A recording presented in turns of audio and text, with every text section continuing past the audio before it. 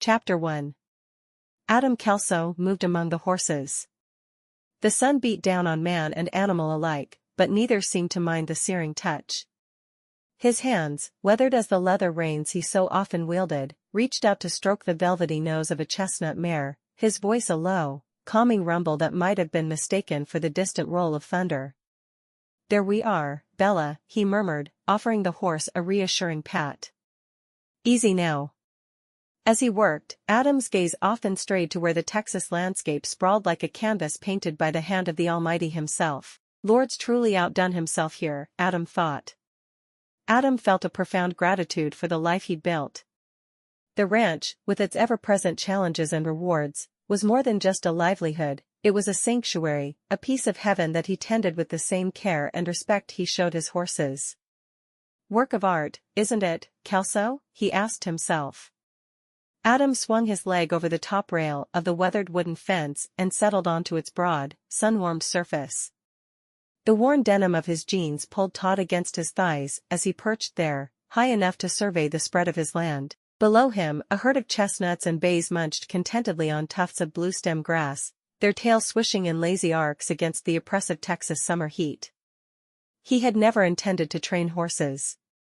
He'd gone to seminary school, and when he'd realized he was better with animals than he was with people, he decided to start a ranch. But he'd found he preferred horses to cattle, and when someone had asked to buy a pair of his horses he'd trained, stating they were the best-behaved horses the man had ever seen, he'd realized that his true vocation was horse training. He loved what he did, and he made good money, so he was pleased with his life. After allowing himself a brief respite, Adam hopped down from the fence with the ease of a man whose muscles were accustomed to the daily rhythms of ranch life. He headed to the stables to resume working after taking his break. The first horse he approached was a spirited palomino named Marigold. She greeted him with a soft snort, her intelligent eyes following his movements with anticipation. "Easy, girl," he murmured, his hands moved with practiced precision, picking out stones from her hooves, before brushing her golden coat until it gleamed. Each horse received Adam's undivided attention as he worked his way down the line of stalls. He knew them not just by name but by the stories written in their gates and the dreams that flickered in their depths. "Lord," he spoke softly, "let me be as steadfast in my care for these creatures as you are for your flock." It was his daily prayer, one that bound him to his charges with cords of devotion and respect. As he worked, Adam lost track of time, the sun arcing across the sky in a slow procession, marking the passage of another day spent in service to the animals he considered both his responsibility and his kin. Adam regarded the spirited mare before him with a keen eye, her coat shimmering like burnished copper in the relentless Texas sun. She pranced at the edge of the corral, muscles quivering with untamed vigor. Adam knew that within her fiery spirit lay a well of untapped potential, and it was his job to find it. "Easy there, Bella," he murmured. With a slow exhale, he extended a hand, palm up, in a silent offering of peace. The mare eyed him warily, nostrils flaring, but curiosity overcame her caution. She took a tentative step forward, then another, until her soft muzzle brushed against Adam's hand. "Trust is a two-way street, isn't it?" Adam's words were more for himself than the horse. His movements became a dance of sorts, a blend of assertive strides and gentle reassurances that coaxed cooperation from the mare. In time, she followed his cues, her eagerness tempered by the calm certainty of his commands. As the afternoon waned, Adam turned his attention to a young colt, a dapple-gray with eyes wide and skittish. The colt had just begun his training, and Adam led him gently to the center of the ring, where an assortment of poles and barrels awaited. "Patience is the companion of wisdom, boy," Adam said, though whether he addressed the colt or reminded himself was anyone's guess. He began their session with the simplest of exercises, guiding the colt around the obstacles. The colt balked at first, unsure of his footing, but Adam's encouragement seemed to calm him. "There you go," he praised, as the colt navigated a narrow passage between barrels. "Just like that." Rome wasn't built in a day, Adam chuckled softly to himself, wiping the sweat from his brow with a sleeve. He paused a moment, watching the colt nuzzle affectionately against his chest, seeking approval. Adam offered it freely, his fingers threading through the colt's mane in a gesture that spoke volumes of the trust they had forged. By grace alone, he whispered, we build our strength. Adam finished the day's training, thrilled with the strides he'd made toward the colt's training. There was no fanfare, no audience to applaud their progress, just the quiet understanding shared between man and beast. Adam brushed down the young colt's flanks, admiring the sheen of its coat as the sun dipped toward the horizon, painting the Texas sky with broad strokes of orange and crimson. He was about to call it a day when the familiar silhouette of Tim Stockwell appeared at the gate of the corral. "Evening, Adam," Tim called out. "Evening, Tim." Adam tipped his hat in greeting, noting the concern etched in the lines of the older man's face. "What brings you?" "It's this blasted mare of mine," Tim said, scratching his chin. "She's got a spirit wilder than a March wind, and I think she's too much for my hands to handle." "Let's have a look-see then," Adam suggested, his tone even, betraying neither apprehension nor surprise at the request. It was not the first time his opinion had been sought, for his expertise was well known throughout North Texas. Together, they walked the short distance to Tim's ranch, where the mare in question pranced about her pen with fiery eyes and flaring nostrils. Adam observed her movements, the tension in her muscles, the flick of her tail. "She's got fire, all right," he mused aloud. "But she can be reached. Patience and understanding, that's the key." "Patience I've got," Tim replied, "but understanding? That's why I'm here talking to you. Tomorrow morning, I'll come by and show you a thing or two that might help," Adam offered, clasping Tim's shoulder in a reassuring grip. "Much obliged, Adam. Your help means more than I can say." With their plan set, Adam returned to his own spread just as the last light of day began to fade. There was still one task he was eager to complete. With the ease of long practice, he selected a horse from the stable, his favorite roan, and hoisted himself into the saddle. The leather creaked under his weight, a comfortable, familiar sound that spoke of many rides shared. He urged the roan into a brisk trot. The horse moved with powerful grace, muscles flexing under Adam's guiding hand. They charged across the open fields, the tall grasses of summer brushing against their legs, the scent of wildflowers potent in the air. As they crested a hill, Adam let out a whoop, the sheer joy of riding mingling with the thrill of freedom.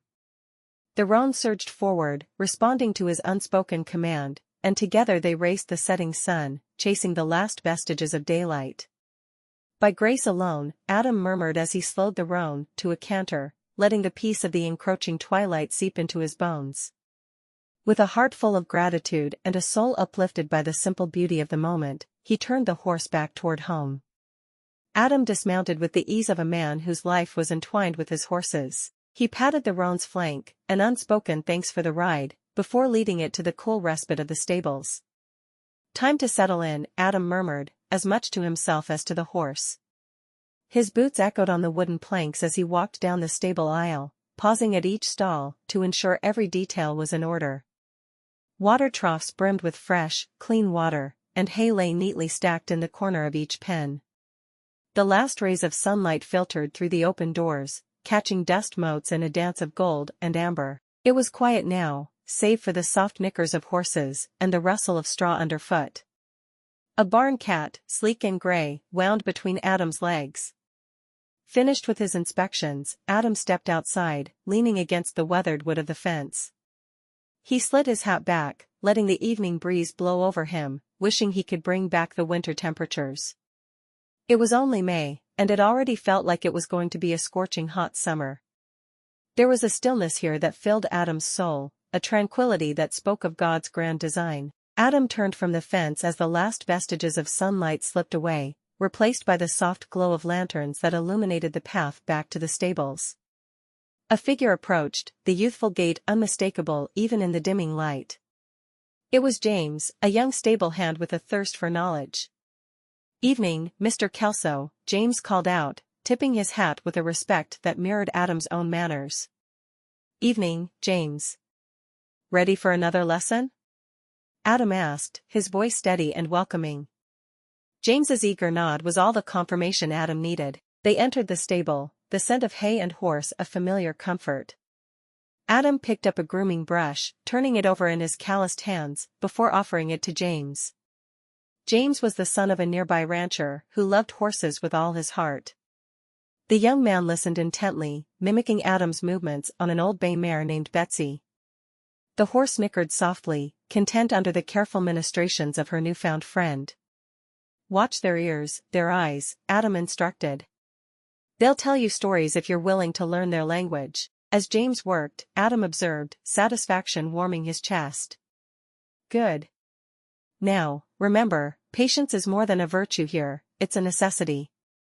Their session continued with Adam guiding James through the intricacies of equine care, each brush stroke, each hoof pick wielded with a reverence that bordered on prayerful. After ensuring James could manage on his own, Adam retreated to his modest office, a space cluttered with books and journals. He thumbed through the pages of a well-worn volume, its edges frayed from frequent consultation. Understanding the Equine Mind read the title, the book's spine cracked at a chapter about trust-building techniques. Adam's eyes traced the lines of text, absorbing the insights of fellow horsemen. He scribbled notes in the margins, his pencil scratching against the paper like a blacksmith's rasp shaping horseshoes. Each word he read was a stepping stone toward mastery, every article a chance to refine his approach. He believed in growth, in the pursuit of excellence that never claimed completion. Adam stepped out onto the porch of his ranch house. He leaned against the wooden railing, muscles weary from honest toil, yet his spirit buoyed by a sense of accomplishment that only a man connected to his land and labor could know. From the corral came the soft nickering of the horses, content in their nocturnal discussions. They spoke in snorts and whinnies, a language Adam had come to understand and respect. He took solace in knowing that they trusted him, just as he trusted in the guiding hand that led him to this life. A gentle breeze stirred, carrying the scent of wildflowers and the promise of another day to come. Adam pushed himself off the railing, his boots thudding softly on the wooden planks as he turned toward the door. With his heart full and his mind at peace, he stepped inside, ready to embrace the challenges of the next day. As he headed for bed, he thought that the only thing missing from his life is a mate, someone to stand by him and bring a special softness to his life. Chapter 2. The air was thick with excitement, mingling with the strains of a fiddle that spilled from the open windows. Imogene's heart fluttered like the hem of her dress in the evening breeze, her anticipation as palpable as the thrum of conversation that welcomed them. "Goodness gracious, listen to that music," exclaimed Amy. Brenda, with her sharp wit always at the ready, cast an appraising glance over the gathering. "Let's hope the company's as lively as the tunes," she remarked dryly, though the gleam in her green eyes betrayed her own thrill for the night's potential. Cassandra straightened the collar of her dress. "Are you sure I look all right?" "You're beautiful," Deborah responded. Erna checked over each sister with a caring eye. "Be careful, Imogene. You know you're going to be the one to trip and fall." Imogene sighed dramatically. 7 falls down the stairs at the Foundling home, and I'll never live it down. I can't wait to meet the men there. It was so good of Mrs. Tandy to arrange this for us," Faith added. Gail giggled nervously. "I'd rather be building something." "Anything? Who needs a birdhouse?" Lastly, there was Hannah, the sister closest to Imogene's age. She linked her arm with Imogene's, whispering, "Jane would have adored this, wouldn't she?" "Yes," Imogene agreed, feeling a twinge of longing for her absent sister. "But tonight, we dance for her as well." The sisters stepped into the cacophony of the matchmaking dance. They were all hopeful as they looked around, each one looking for the man who had been made just for them. Imogene looked around her at the different gentlemen, who all looked eager to find a bride. There was a group of them off to one side that Imogene considered introducing herself to for a moment, but she forced herself to remember what Mrs. Jackson had always said: "You have to chase a man until he catches you."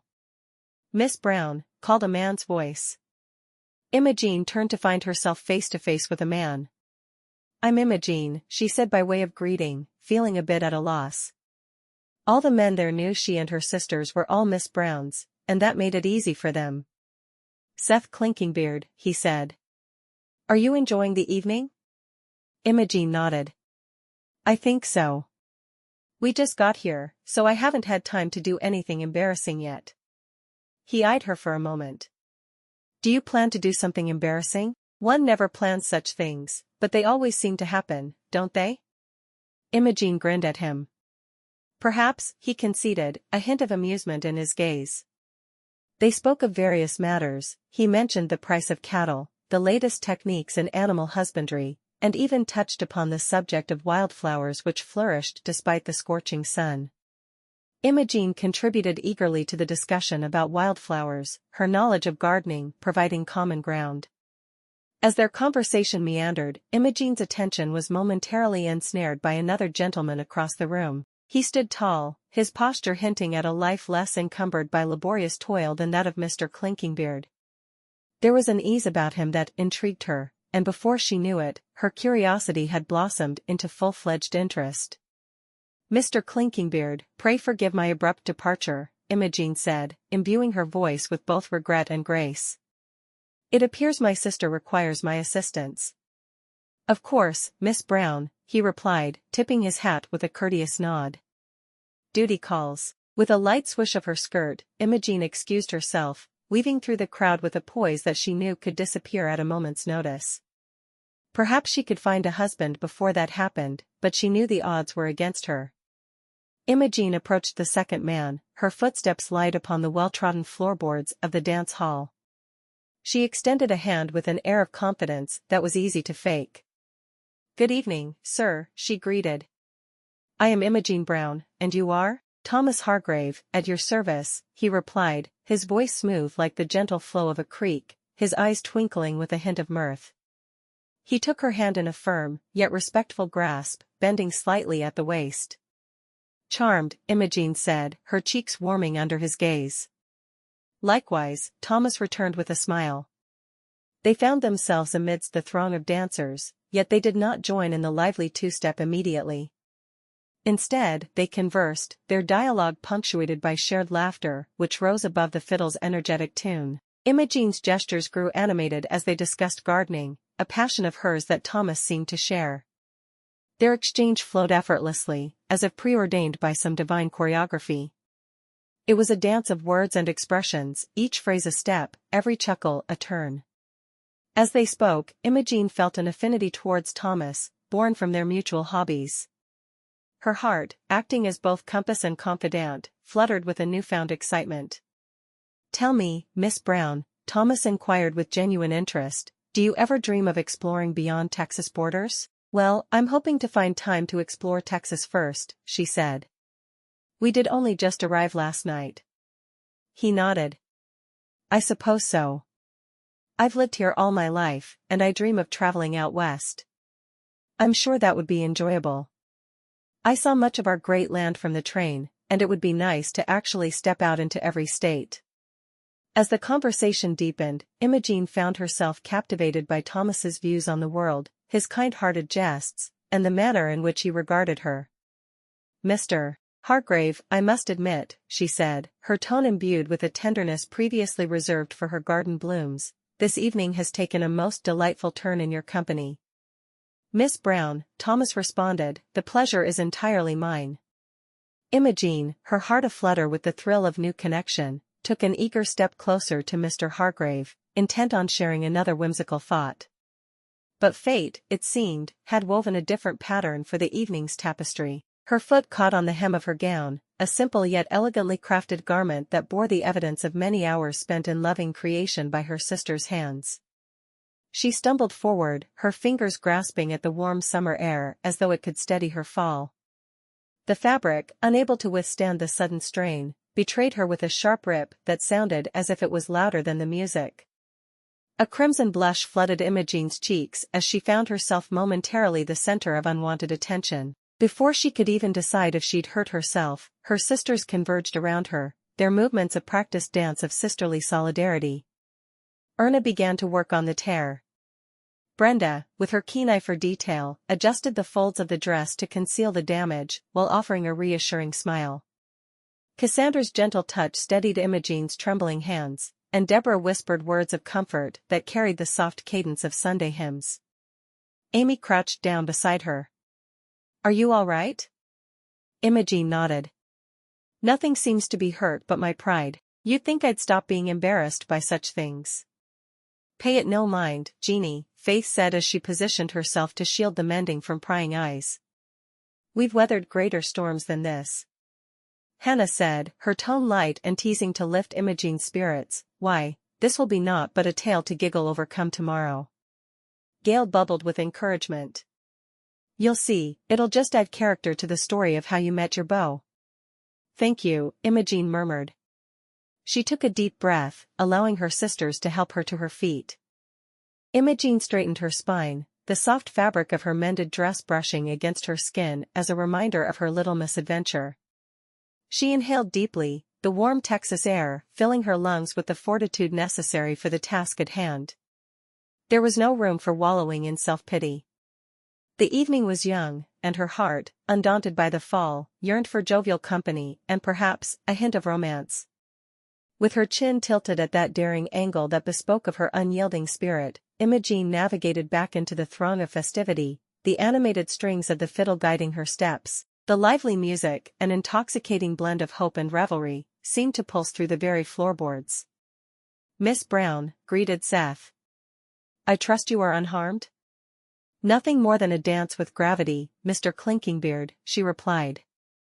Ah, then the earth must have longed for a closer look at your beauty, Seth said with a gallant bow, clearly charmed by her. Imogene laughed, the sound mingling with the music and chatter around them. Flattery will get you everywhere, sir, she quipped. Their ensuing conversation meandered from the delights of the season's harvest to the simple pleasure of a good book read beneath the shade of a sprawling pecan tree. As she conversed with Seth, her gaze occasionally drifted across the room, where another gentleman stood, his laughter ringing out over the crowd. Excusing herself with a nod, Imogene made her way toward him, her skirts swaying gracefully with her movements. Good evening, Miss Brown, he said, a twinkle of mirth in his eye as she joined him. You've given us quite the performance tonight. Only aiming to keep things interesting, Imogene responded. They spoke of dreams, of wild ambitions, and of the sweet serendipity life sometimes presented when least expected. Imogene's laughter mingled with the buoyant strains of fiddle and piano as she twirled under the arm of Mr. Jennings. Yet in the midst of the revelry, a gentle wistfulness tugged at her spirit, her thoughts wandering to Jane, who had remained behind at the orphanage on this night of hopeful romance.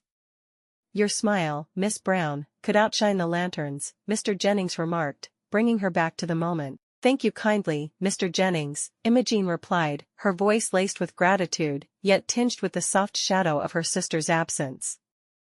I only wish Jane could witness such gaiety. She would have loved the music, the laughter.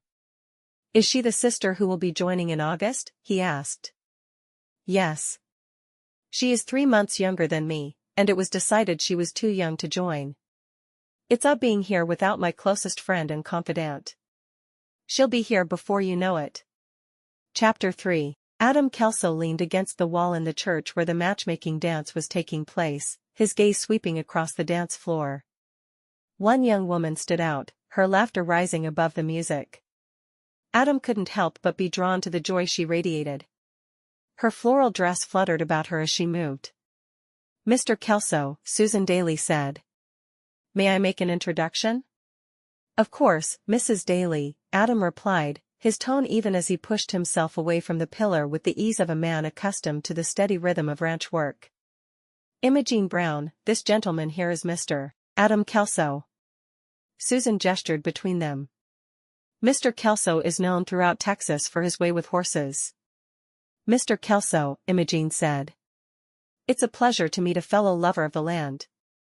Miss Brown, Adam said, returning the handshake. The pleasure is mine. There's something about working with the soil, or the soul of a horse, that speaks to the heart, don't you think? Oh, yes, she responded.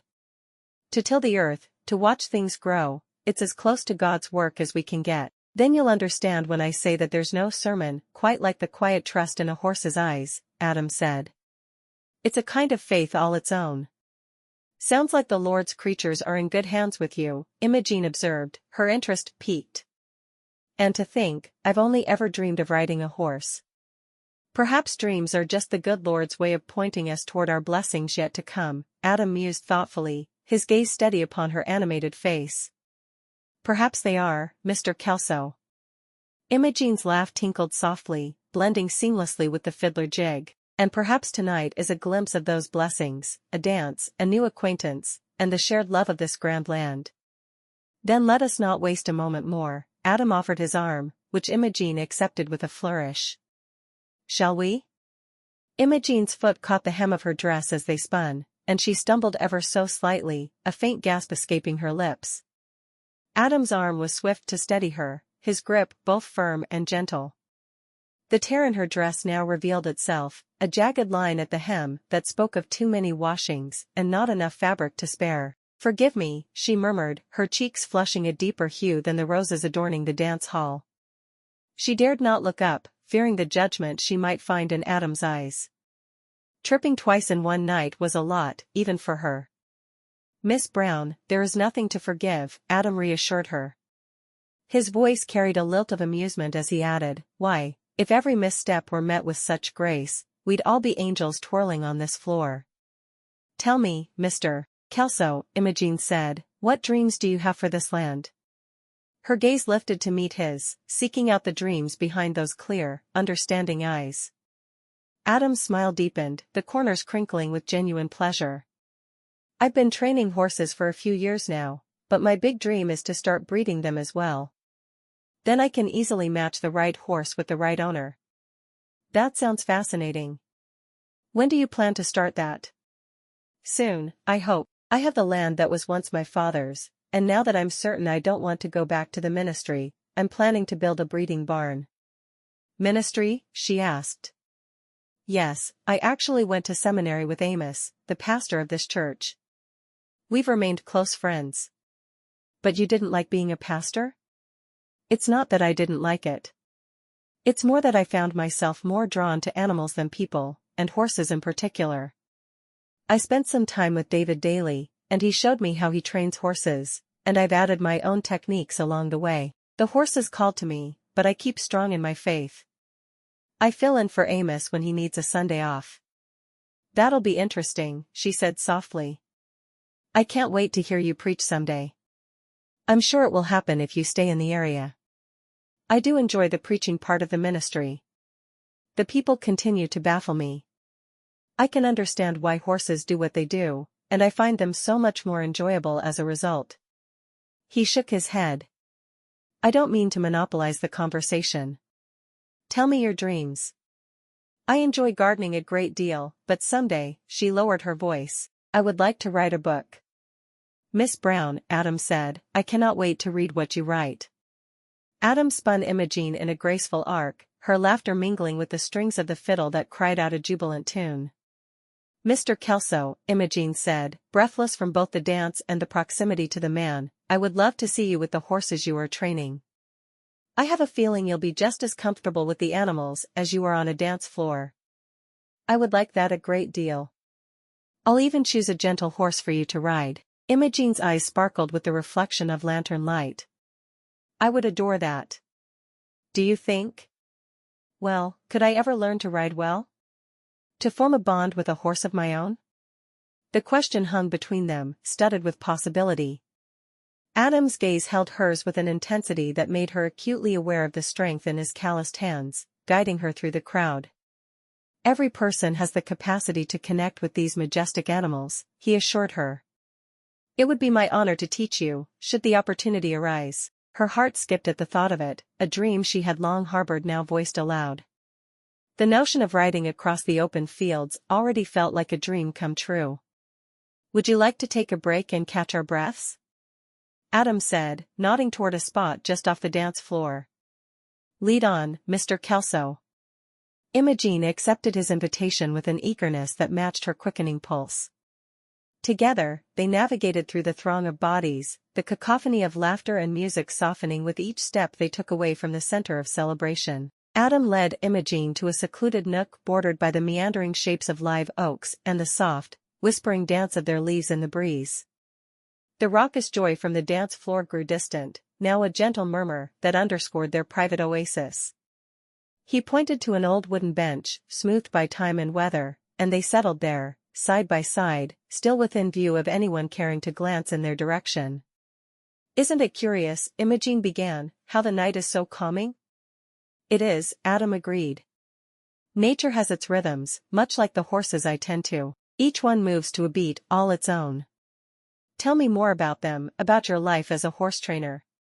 Her eyes were wide with genuine curiosity. Adam chuckled softly, his eyes gleaming with the reflection of a life devoted to his equine charges. "Well, Miss Brown, each day is a new chapter with its own set of challenges. Horses are like people in many ways, they have distinct personalities, fears, and joys. It's my task to understand them, to build a bond based on trust and respect." "Sounds like quite the heavenly calling," she mused, her fingers playing with the frayed hem of her dress. "Perhaps," he conceded, "but it requires the patience of job at times.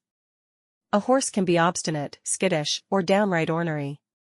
Yet, when you find that moment of understanding, when the animal responds to your guidance, it's as if you've touched the divine." "Have you ever felt truly afraid?" Imogene asked, tilting her head.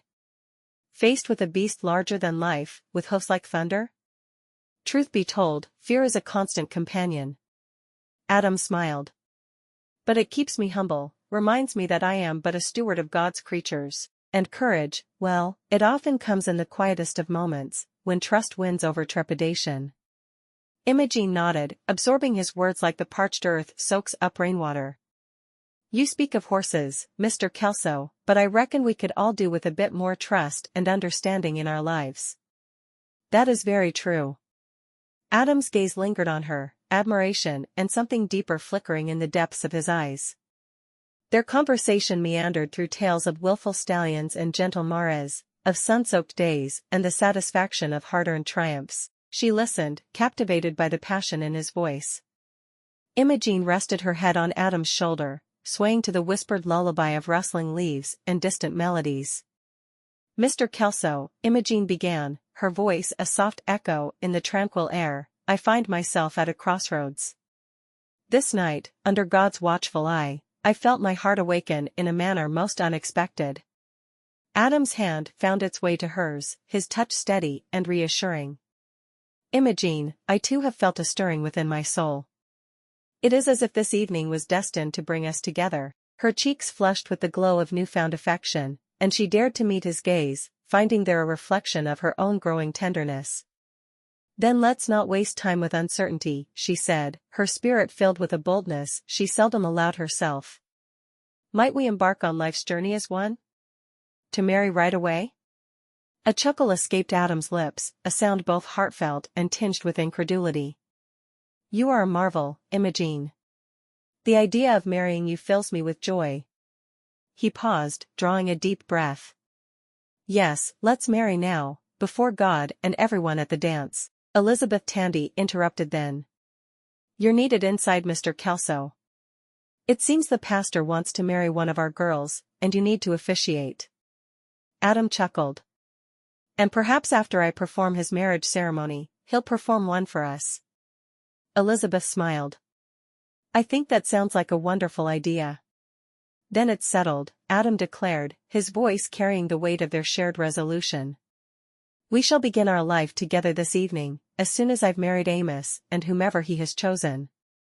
"Sounds wonderful," Imogene replied. As they walked back into the church, Imogene thought she was the luckiest woman alive. As soon as they were inside, she saw that it was her sister Hannah standing beside the pastor, waiting to be married. Imogene immediately frowned. Hannah was an atheist.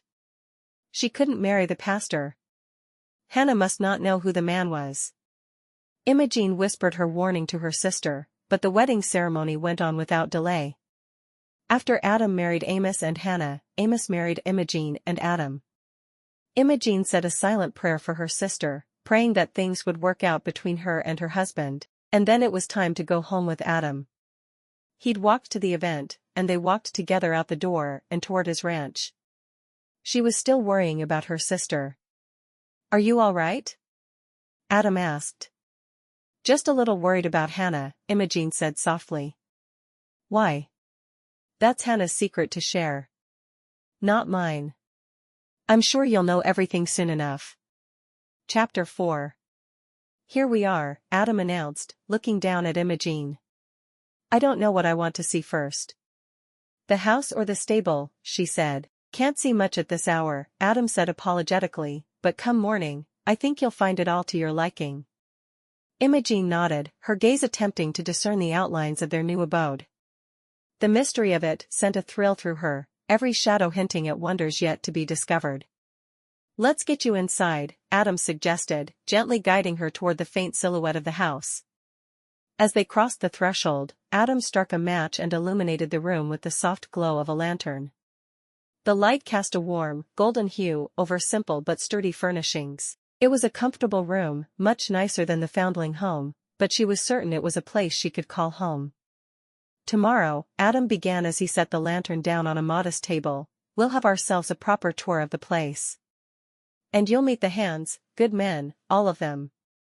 Imogene smiled at the prospect, her curiosity piqued. I'd like that very much.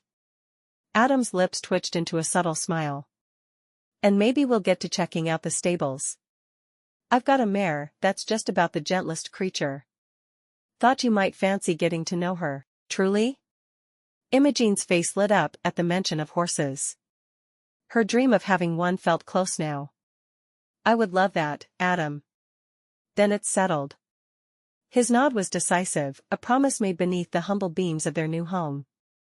Now, you must be weary from the journey. Let me show you to our room. Thank you, Adam, she said. Adam opened the door to their room, revealing a modest bed with a quilt. The soft glow of the lantern cast dancing shadows upon the walls, turning the simple space into an intimate world just for them. Here we are, he said, his voice a gentle rumble in the quiet night. Thank you, Imogene replied. The wooden floor creaked beneath their feet as they approached the bed together, the space between them closing with each step. Adam's hands were confident yet cautious. Imogene found herself lost in the depth of his gaze, where the promise of new beginnings shimmered. Adam's touch was gentle, and Imogene's breath hitched at the warmth of his skin against hers, the sensation new and profound.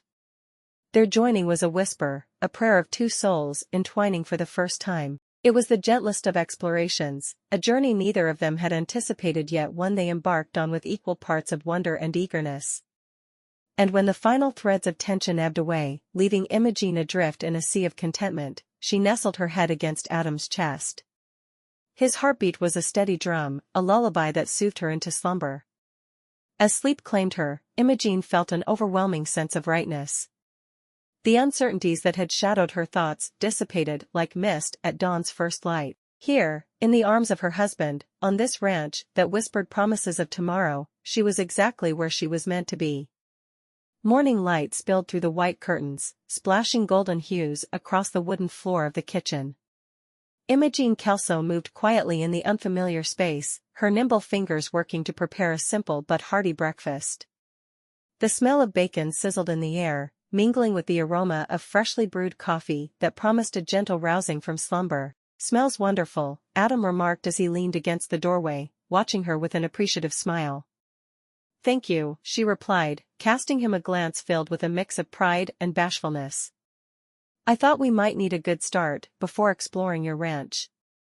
Definitely, he agreed. Together they broke their fast, the meal serving not only to nourish their bodies but also to fortify the tender bond forming between them.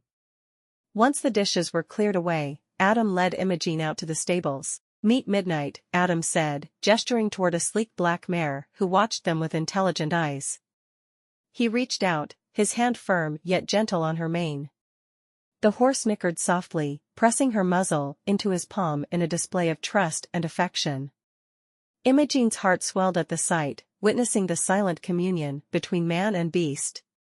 She marveled at the grace with which the horses carried themselves, and how they responded to Adam's presence. Would you like to try brushing her? Adam asked, offering Imogene a brush with an encouraging nod. Really? Her eyes lit up at the prospect. I'd love to. Carefully, under his watchful gaze, she took the brush and ran it along Midnight's flank, delighting in the softness of her coat and the rhythmic motion of her strokes. As they continued their tour of the stables, a lively voice called out, "Mornin', boss." "And to you, Mrs. Kelso." A young man with dark hair and eyes approached them, tipping his hat respectfully. "Name's Jake Allen, ma'am. I'm the foreman here." "Please, call me Imogene," she insisted. "It's so nice to meet you, Jake." "Likewise," Jake replied with an easy grin. "Adam tells me you're new to ranch life. Would you like a tour? I can show you around if you'd like." "Adam is going to be busy tending to Midnight's leg. He injured himself last night." "I would appreciate that very much," Imogene responded, her curiosity piqued. They set off together, the crunch of gravel underfoot marking their path as they wandered across the sprawling expanse of the ranch. Jake seemed to know everything about the ranch, speaking casually about the different areas, the paddocks where young foals gambled, the fields ripe with the promise of harvest, and the work sheds housing tools and machinery. "Each part of the ranch serves its own purpose," Jake explained, his hands gesticulating to emphasize his point. "We've got cattle grazing to the west, and over yonder is where we round 'em up for branding, come springtime." "Amazing," Imogene murmured, soaking in every detail. "There's so much to learn, so much life thriving here." "Yep, it's a world unto itself," Jake said with a note of pride. "But you'll get the hang of it in no time, I reckon." "Thank you, Jake," Imogene said. "I look forward to becoming part of it all." Imogene's fingers trailed along the delicate fronds of a fern as she walked alongside Jake, her eyes wide with delight. "I've always had an affinity for gardening," she confided, her voice carrying the lilt of one who speaks of a cherished pastime. "Seeing things grow from mere seeds to full-grown, it's quite miraculous." Jake's face creased into a smile that matched his casual tone. "Well now, you're in luck, Mrs. Kelso. Adam's got himself a fine greenhouse, where he tends to all sorts of plants and vegetables. Would you care to take a look?" "Would I ever?" Imogene exclaimed, her enthusiasm buoying her steps as they veered off the beaten path toward a structure crowned with translucent panes that shimmered under the Texas sun. Inside the greenhouse, a symphony of scents greeted her, the earthy aroma of soil mingled with the sweetness of ripe tomatoes and the sharp tang of fresh basil. Rows upon rows of greens and blooming flowers burst forth in a riot of colors, painting a kaleidoscope that dazzled her senses. She wandered between the planters, her fingertips brushing over velvety petals and plump vegetables, each touch a silent vow of stewardship. "Adam has quite the green thumb, doesn't he?" Imogene remarked, a note of admiration in her voice as she inspected a cluster of strawberries. "Sure does," Jake agreed. "He's passionate about his produce. Says there ain't nothing like the taste of something grown with your own hands." Indeed, Imogene sighed contentedly, envisioning herself in this paradise, contributing her touch to the thriving flora. As their visit to the greenhouse concluded, Imogene felt a pang of reluctance at leaving such a nurturing space behind. However, curiosity propelled her forward, and it wasn't long before another discovery captured her attention. "Look at the little darlings," Imogene cooed, peering into the shadows of the barn where a tangle of fur and whiskers tumbled playfully in the hay. A litter of barn kittens, their mews plaintive and inviting, beckoned her closer. "Seems like you've found Missy's new litter," Jake observed, leaning against a wooden post with an amused expression. "They're a frisky bunch, always up to some mischief." Unable to resist, Imogene knelt beside them, her hand outstretched as the boldest of the brood, a tiny orange tabby with beautiful blue eyes, ventured forth to nuzzle her palm. Laughter bubbled up from within her as the kittens clambered over one another, each vying for her attention. "Such simple joys," Imogene said, her heart swelling with warmth. "These little ones are a blessed reminder of life's innocent pleasures." "Indeed they are." Jake's voice held a hint of mirth. "And a good sign too. A barn full of critters is a sign of a happy home, they say." Imogene rose to her feet, regretfully leaving the playful felines to their games. Yet, even as she dusted the hay from her skirts, a sense of rightness settled over her. Her day's exploration had affirmed her burgeoning love for the ranch and its inhabitants, both human and animal alike. Imogene stepped out from the cozy confines of the barn, her gaze drawn to the expansive fields that rolled like a gentle sea under the vast Texas sky. Her steps led her further, her skirts swishing softly against the grass as she ventured into the heart of the ranch.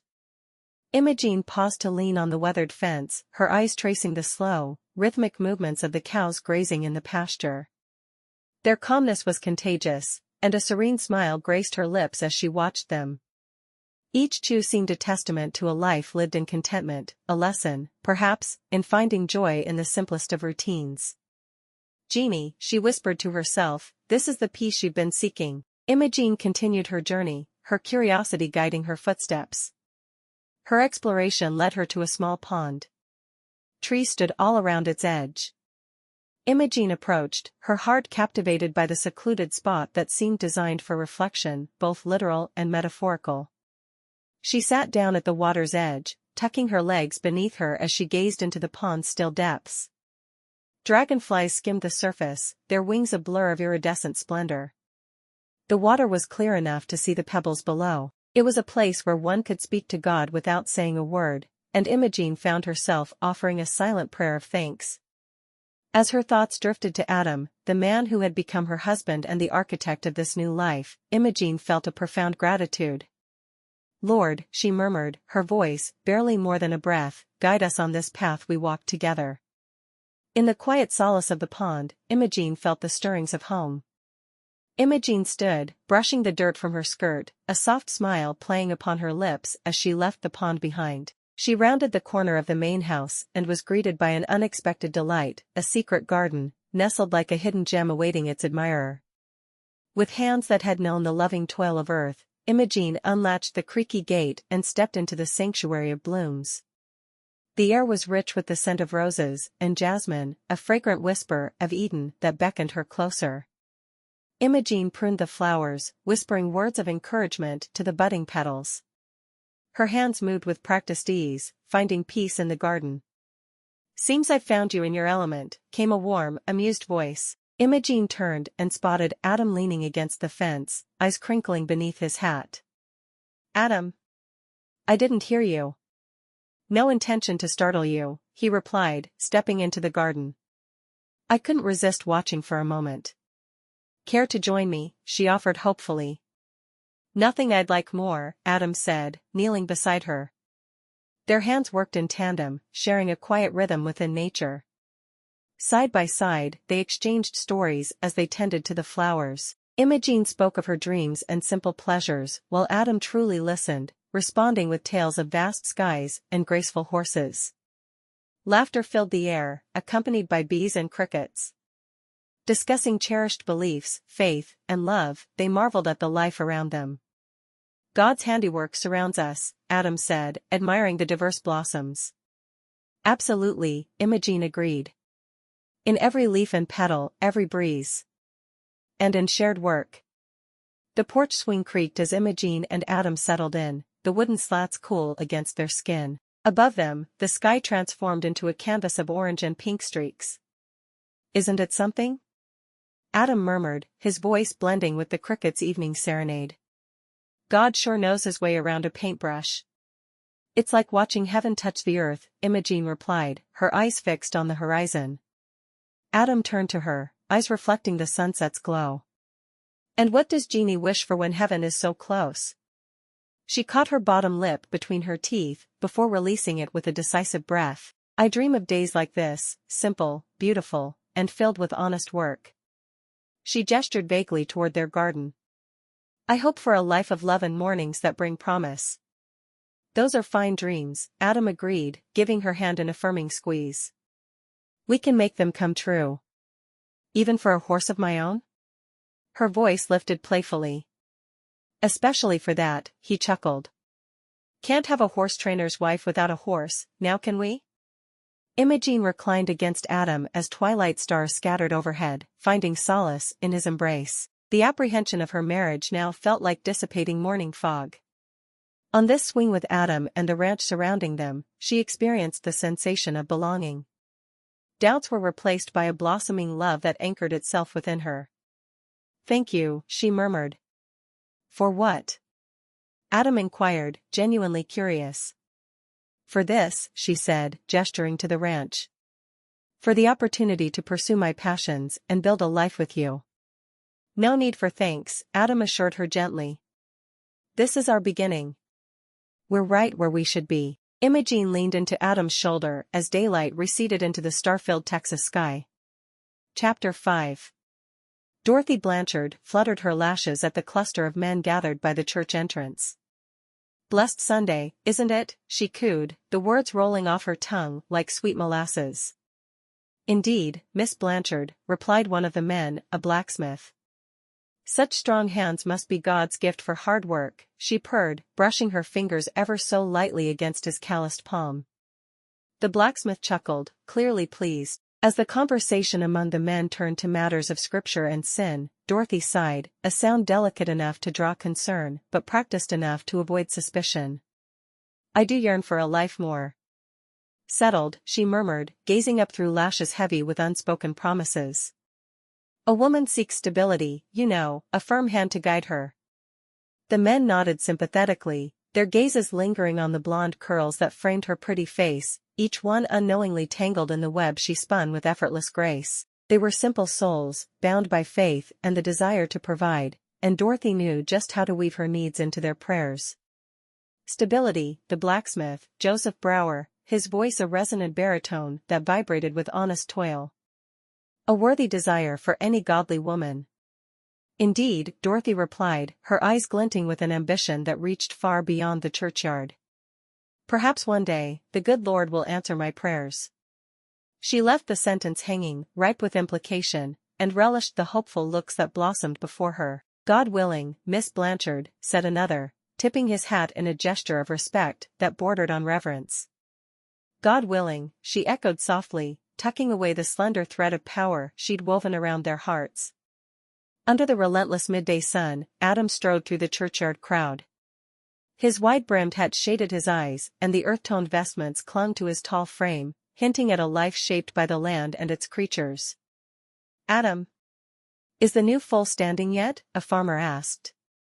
Steady as a preacher on Sunday, Adam replied. The crowd parted for him, their eyes reflecting respect for the former pastor who moved with tranquil assurance.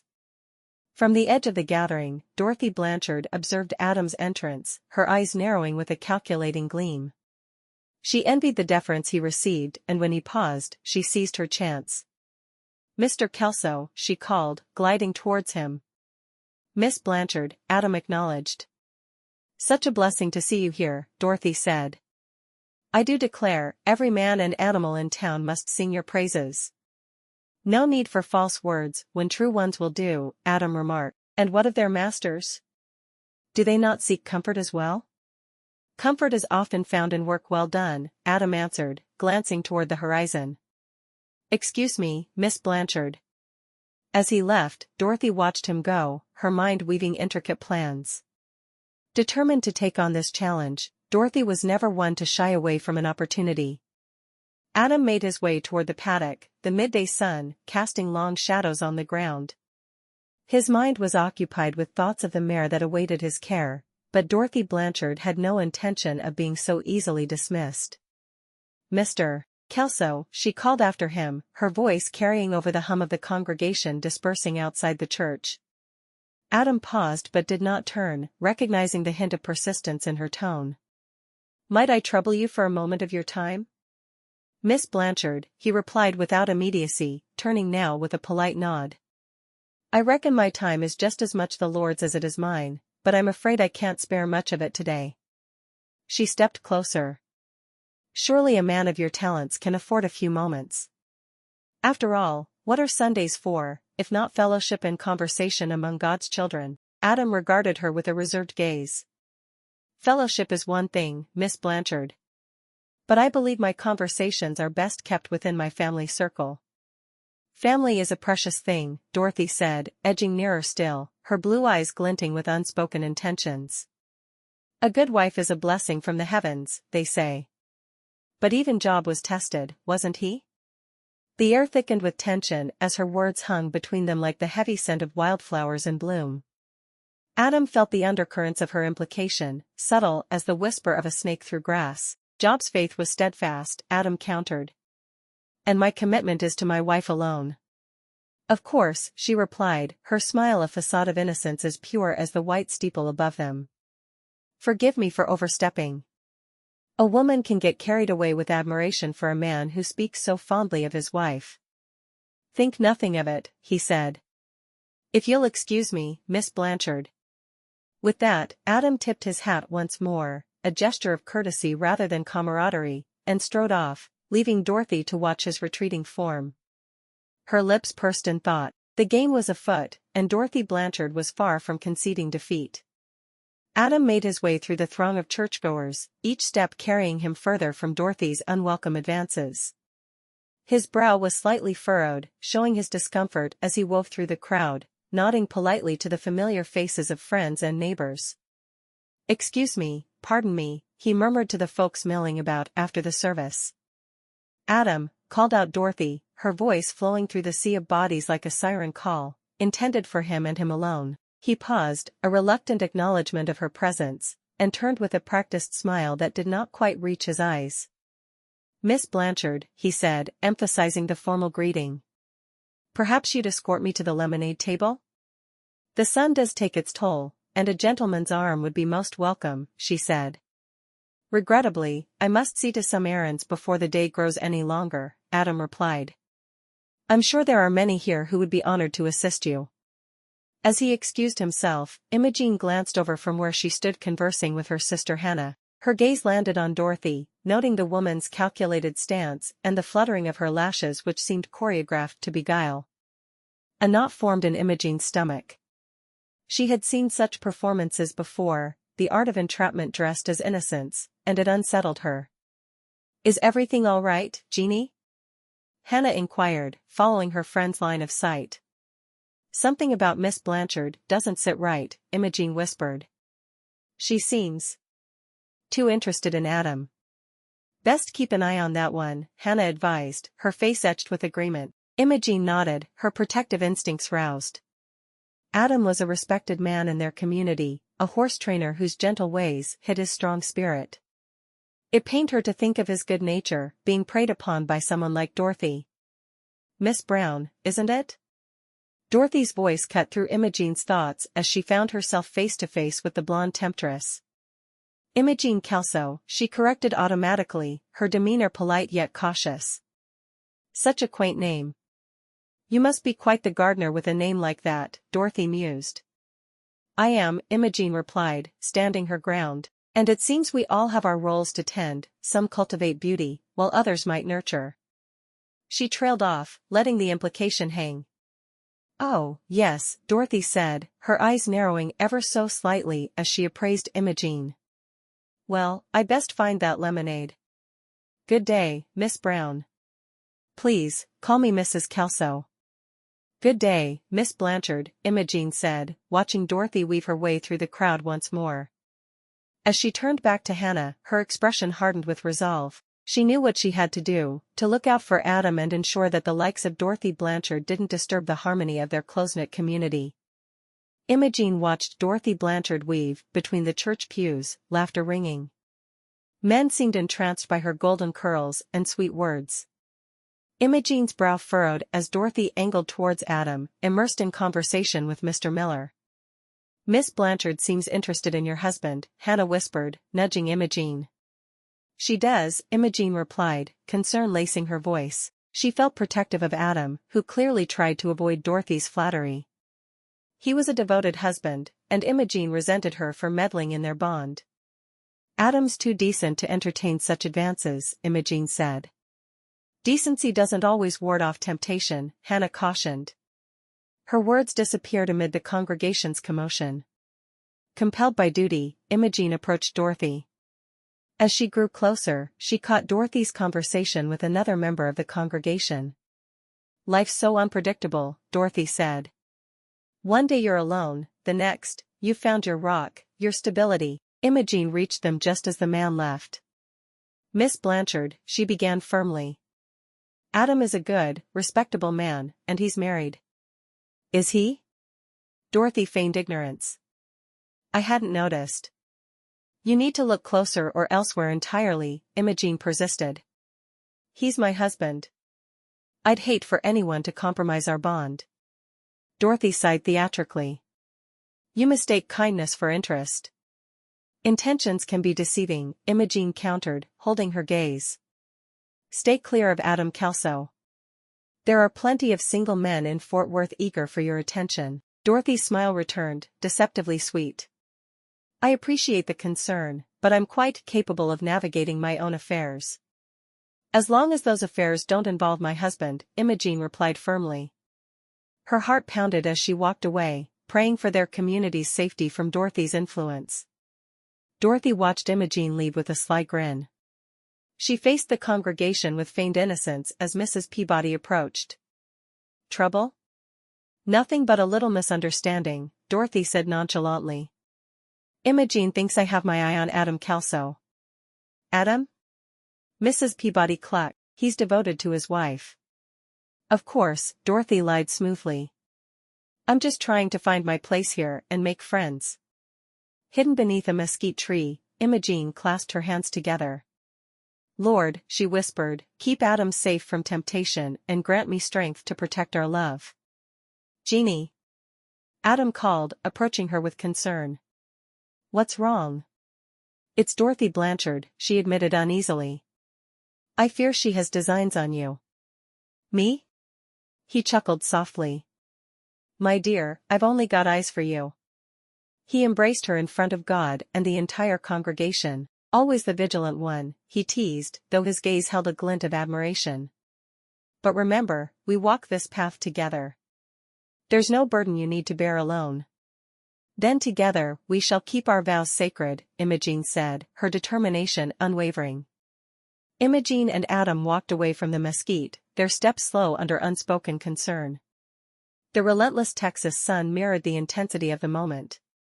Adam, Imogene said, her voice steady, we mustn't let our guard down. Dorothy is like a lot of other women I've met, seemingly harmless, but capable of turning into a storm without warning. Adam smiled affectionately. I think you're right, Jeannie. But we'll be fine.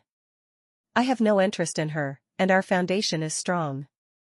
As they approached the ranch, Imogene stopped. Promise me something, Adam, Imogene said, stopping to face him fully. Anything, he responded calmly.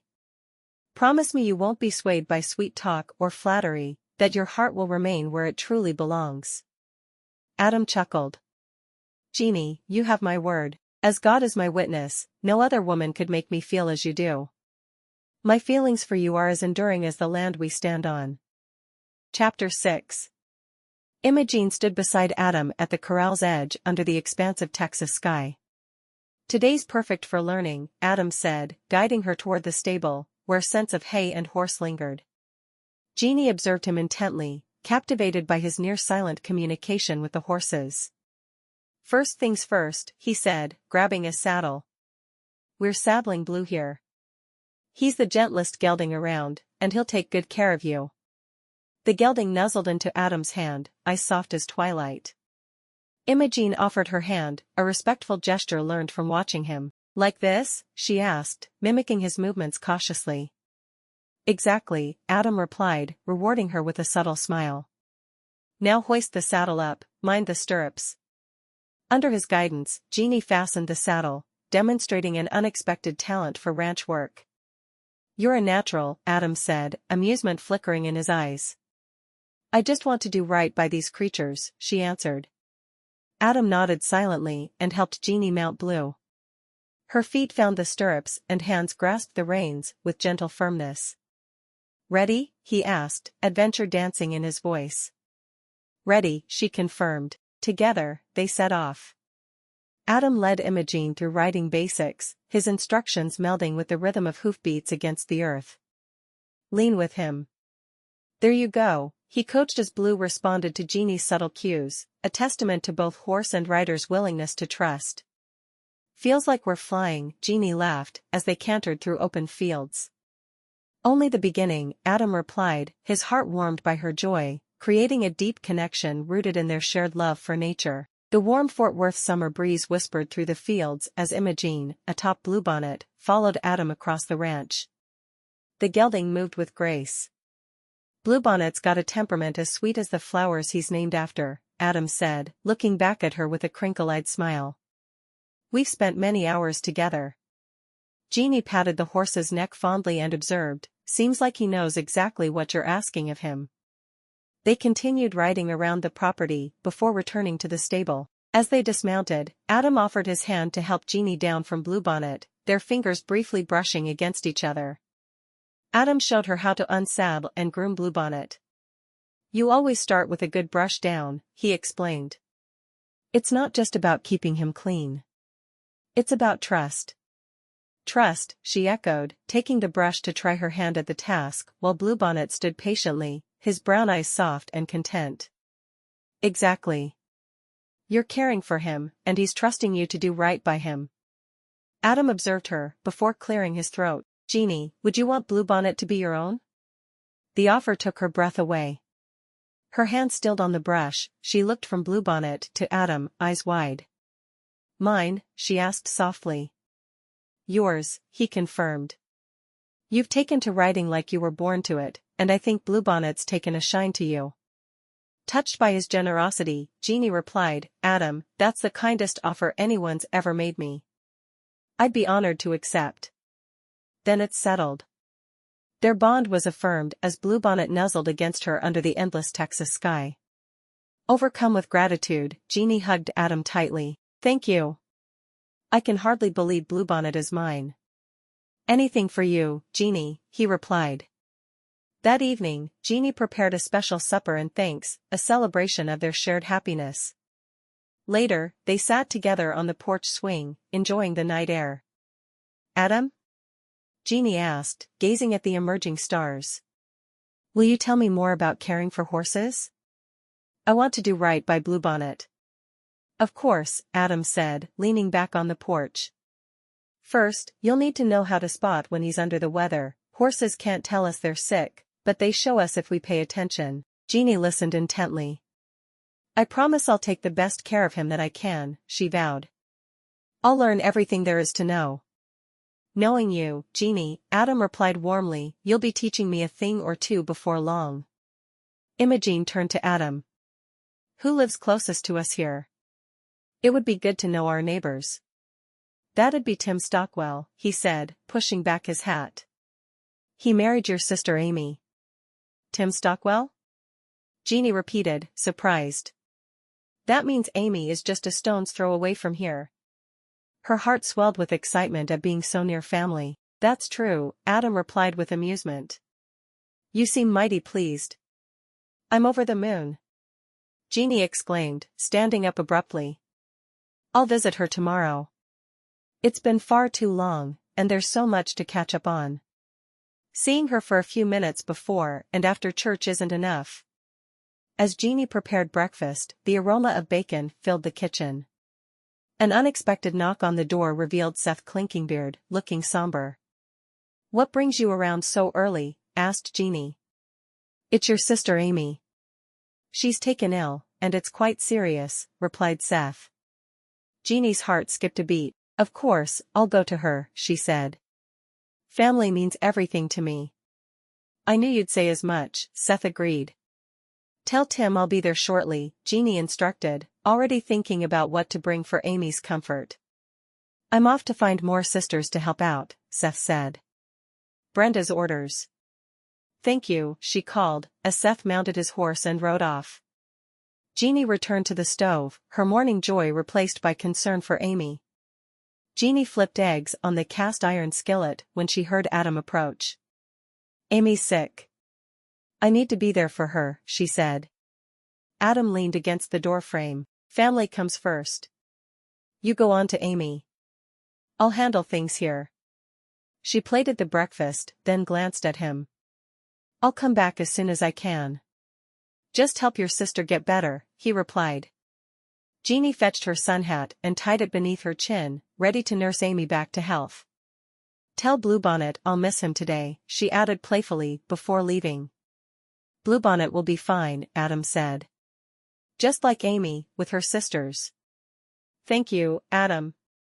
She grabbed the basket filled with preserves, bread, and a sachet of dried lavender. "Go on now," he opened the door for her, sunlight framing him. "And Jeannie?" "Yes?" She stood at the threshold. "Take care of yourself too." His voice carried affection. With a smile balancing gratitude and determination, Jeannie stepped into the heat, ready to face whatever awaited at Amy's side. As she walked toward the stable, birdsong mingled with rustling leaves, and she held on to the belief that love was the balm for all woes. Chapter 7. Dorothy Blanchard approached the Kelso ranch with a basket of freshly baked muffins. Adam, mending a section of fence, wiped sweat from his brow and nodded curtly. "Good morning, Mr. Kelso," Dorothy said, presenting the basket. "I thought you might appreciate some sustenance while your wife tends to her sister." "Thank you, Miss Blanchard," Adam replied, his voice betraying no wariness as he accepted the offering. "Imogene is such a saint," Dorothy commented, her tone edged with something less than admiration. "I can't imagine ever leaving my husband alone." Adam placed the basket on the fence post, steady, despite the unease Dorothy brought. "Caring for family shows a big heart. Jeannie has enough love to go around." Dorothy pouted, irritation flashing in her eyes. "Some have more room in their hearts than others," she said through clenched teeth. A horse whinnied from the barn, allowing Adam to excuse himself. But Dorothy followed him inside with determination etched on her face. In the cool shadows of the barn, Dorothy advanced on Adam, hands grabbing at his shirt lapels. "Miss Blanchard, this is highly inappropriate," Adam asserted as he sidestepped her advance. "Adam, don't be so cold. A kiss is just a kiss," Dorothy protested boldly. "But here, it means something I can't give you," Adam stated firmly. He wasn't sure if it was anger or embarrassment that colored Dorothy's cheeks. Adam stood firm in resisting temptation. Not that he was at all tempted by her. Women like her turned his stomach. "Please return to your home, Miss Blanchard. I have work that needs my attention." Adam stood at the barn entrance, his figure casting a long shadow in the late afternoon sun. Dorothy Blanchard faced him, hands on her hips, the smell of hay and horse mixed with the tension between them. "Miss Blanchard," Adam began calmly, "I do believe it's time for you to head on home." "But Adam," she insisted, her voice not matching the calculating look in her eyes, "I only wanted to. Your company here is not proper or wanted. You need to leave. Now." Dorothy's face flushed. Whether from embarrassment or fury, it was hard to tell. She opened her mouth as if to argue, but closed it abruptly when she caught Adam's unyielding gaze. "You'll regret this, Adam Kelso." With that, she strode out of the barn. As daylight receded, Imogene returned, weary yet still wearing a soft smile. Her dress was dust-stained, and stray strands of hair framed her face. "Evening, Jeannie," Adam greeted her as she walked up the steps to the porch. "Evening, Adam," she replied before giving him a brief peck on the cheek. Her energy seemed drained. "Let me help you with supper," he offered. "No, you rest." "I'll manage," Imogene insisted. She disappeared into the house, and soon enough, the aroma of stew filled the air. They ate quietly, exchanging occasional glances and small smiles, the kind that said more than words ever could, before finding themselves back on the porch swing, enjoying its simple comfort. Adam thought about telling Imogene about the visit from Dorothy, but he knew she had enough stress with her sister being so sick. He needed to wait until the time was right. She rested her head on his shoulder. As the night grew cooler, she stood up and announced her need for sleep before retreating indoors. Adam stayed outside a while longer, finding solace in the quiet night. The unforgiving Texas sun blazed down as Adam went about his chores when the sound of hooves drew his attention. Dorothy Blanchard approached, her hair shimmering under the harsh sunlight, a picnic basket swinging from her arm. "I thought you might fancy some company for lunch," she called out, smiling with calculation. "Now, Dorothy, you know my wife's helping her sister with sickness." "I can't sit down to a meal with another woman," he replied cautiously. "Oh, come now. Surely there's no harm in sharing a bite," she coaxed, pushing forward. "It isn't proper, Dorothy. You shouldn't be here," he insisted. As the days passed, Adam endured not only the relentless heat but also Dorothy's stubborn presence. She appeared unannounced, fluttering about him and leaving gifts of food. One afternoon, while mending a fence near the barn, she arrived again, this time planting herself between him and his task, eyes batting flirtatiously. "Adam, why don't you take a break?" she said, edging closer. "Work is its own reward," Adam replied, stepping around her. But Dorothy followed, reaching for his arm.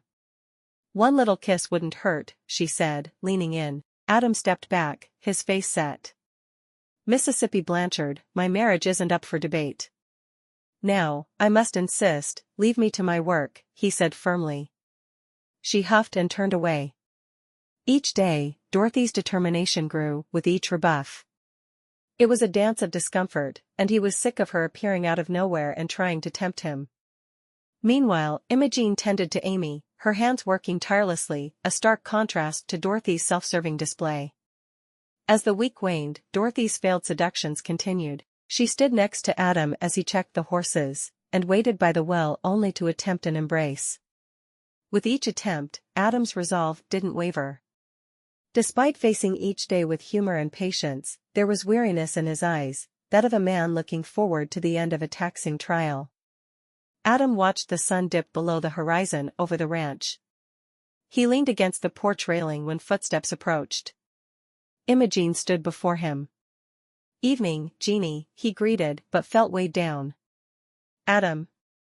Her voice carried notes of exhaustion. "Amy's on the mend, thank God," Adam replied, but knew it was time for a confession. "Jeannie, there's something you ought to know." Her brow furrowed with concern as she joined him on the porch. "What's troubling you?"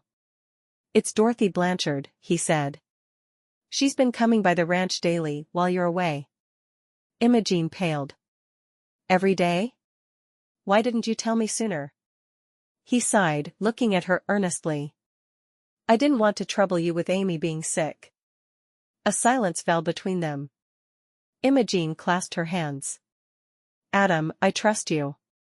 But it saddens me that another woman would make advances towards my husband, and why keep it from me, if there's nothing to hide?"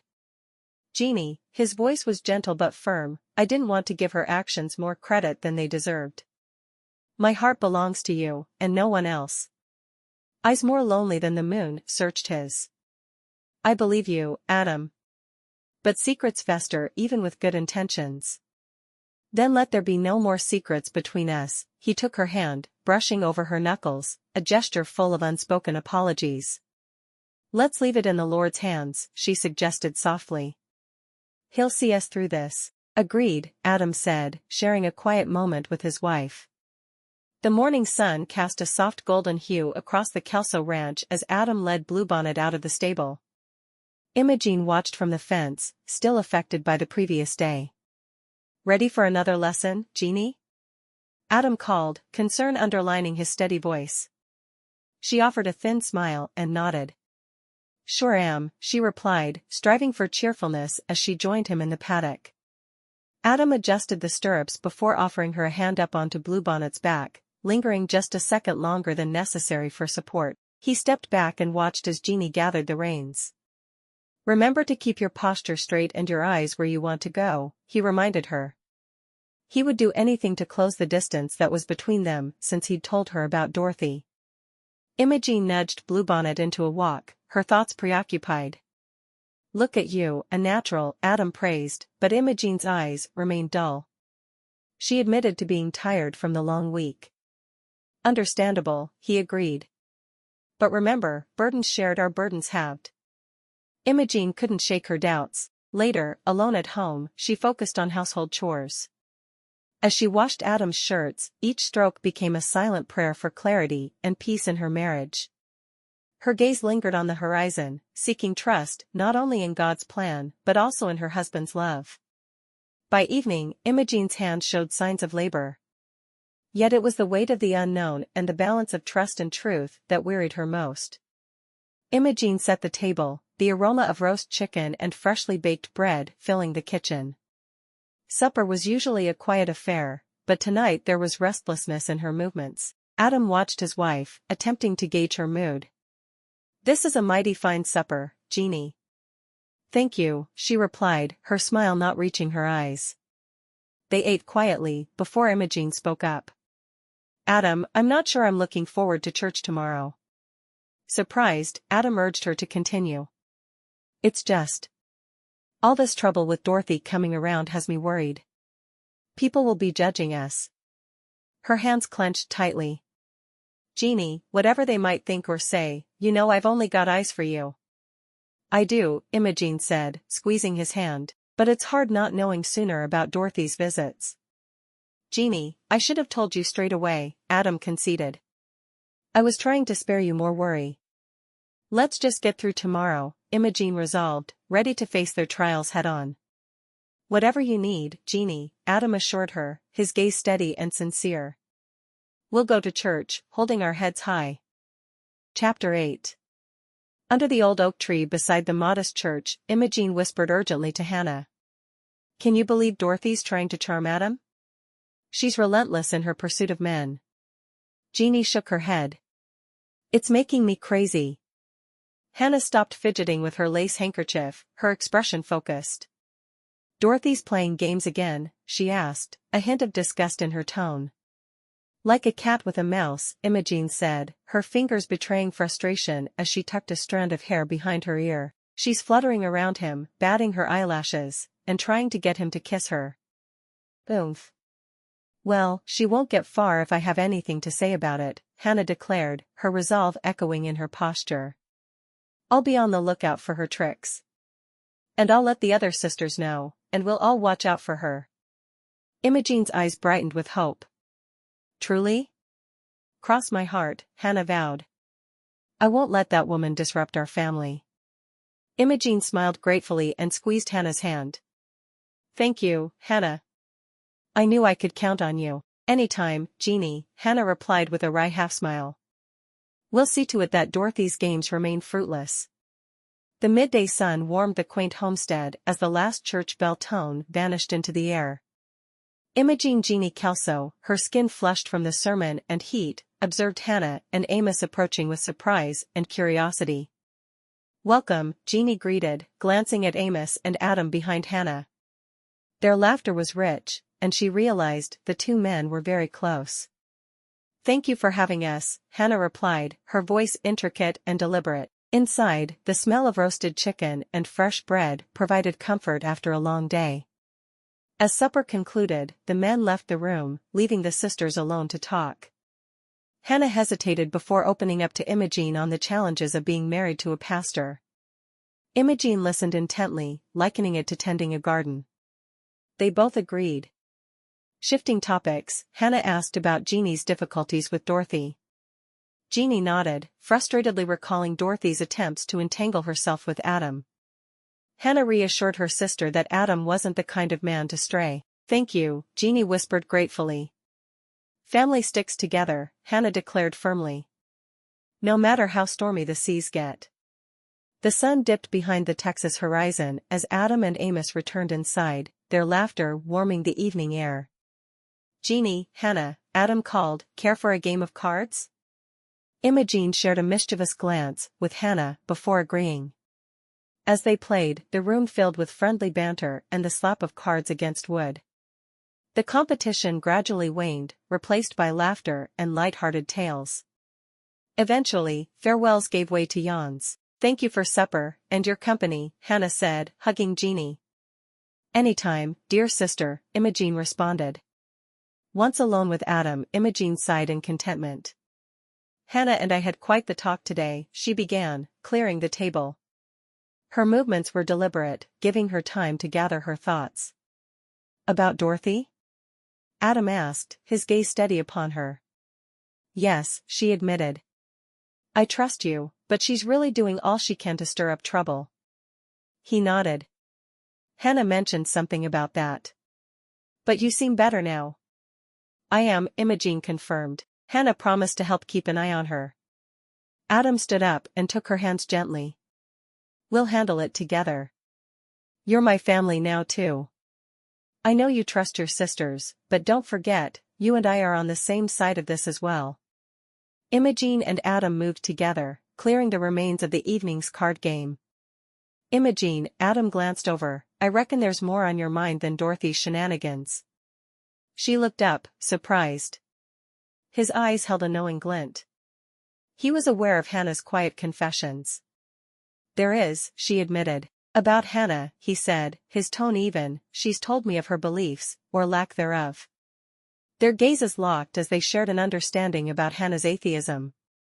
Doesn't change the fact that she's one of the finest people in this town, Adam added. Nor does it change how much I value her friendship, Imogene responded, feeling a bubble of laughter rise within her. We all have our paths to walk, Jeannie. He smiled warmly. And no matter the path, we walk them better with friends beside us. Her heart swelled with affection for this man whose acceptance was as vast as the Texas sky. And you don't have to worry that I'll betray your sister's confidence. I don't want to think about what might be said if people learned our pastor's new wife is an atheist. Later, in their modest bedroom, Imogene slipped beneath the cool sheets, while Adam extinguished the lamp.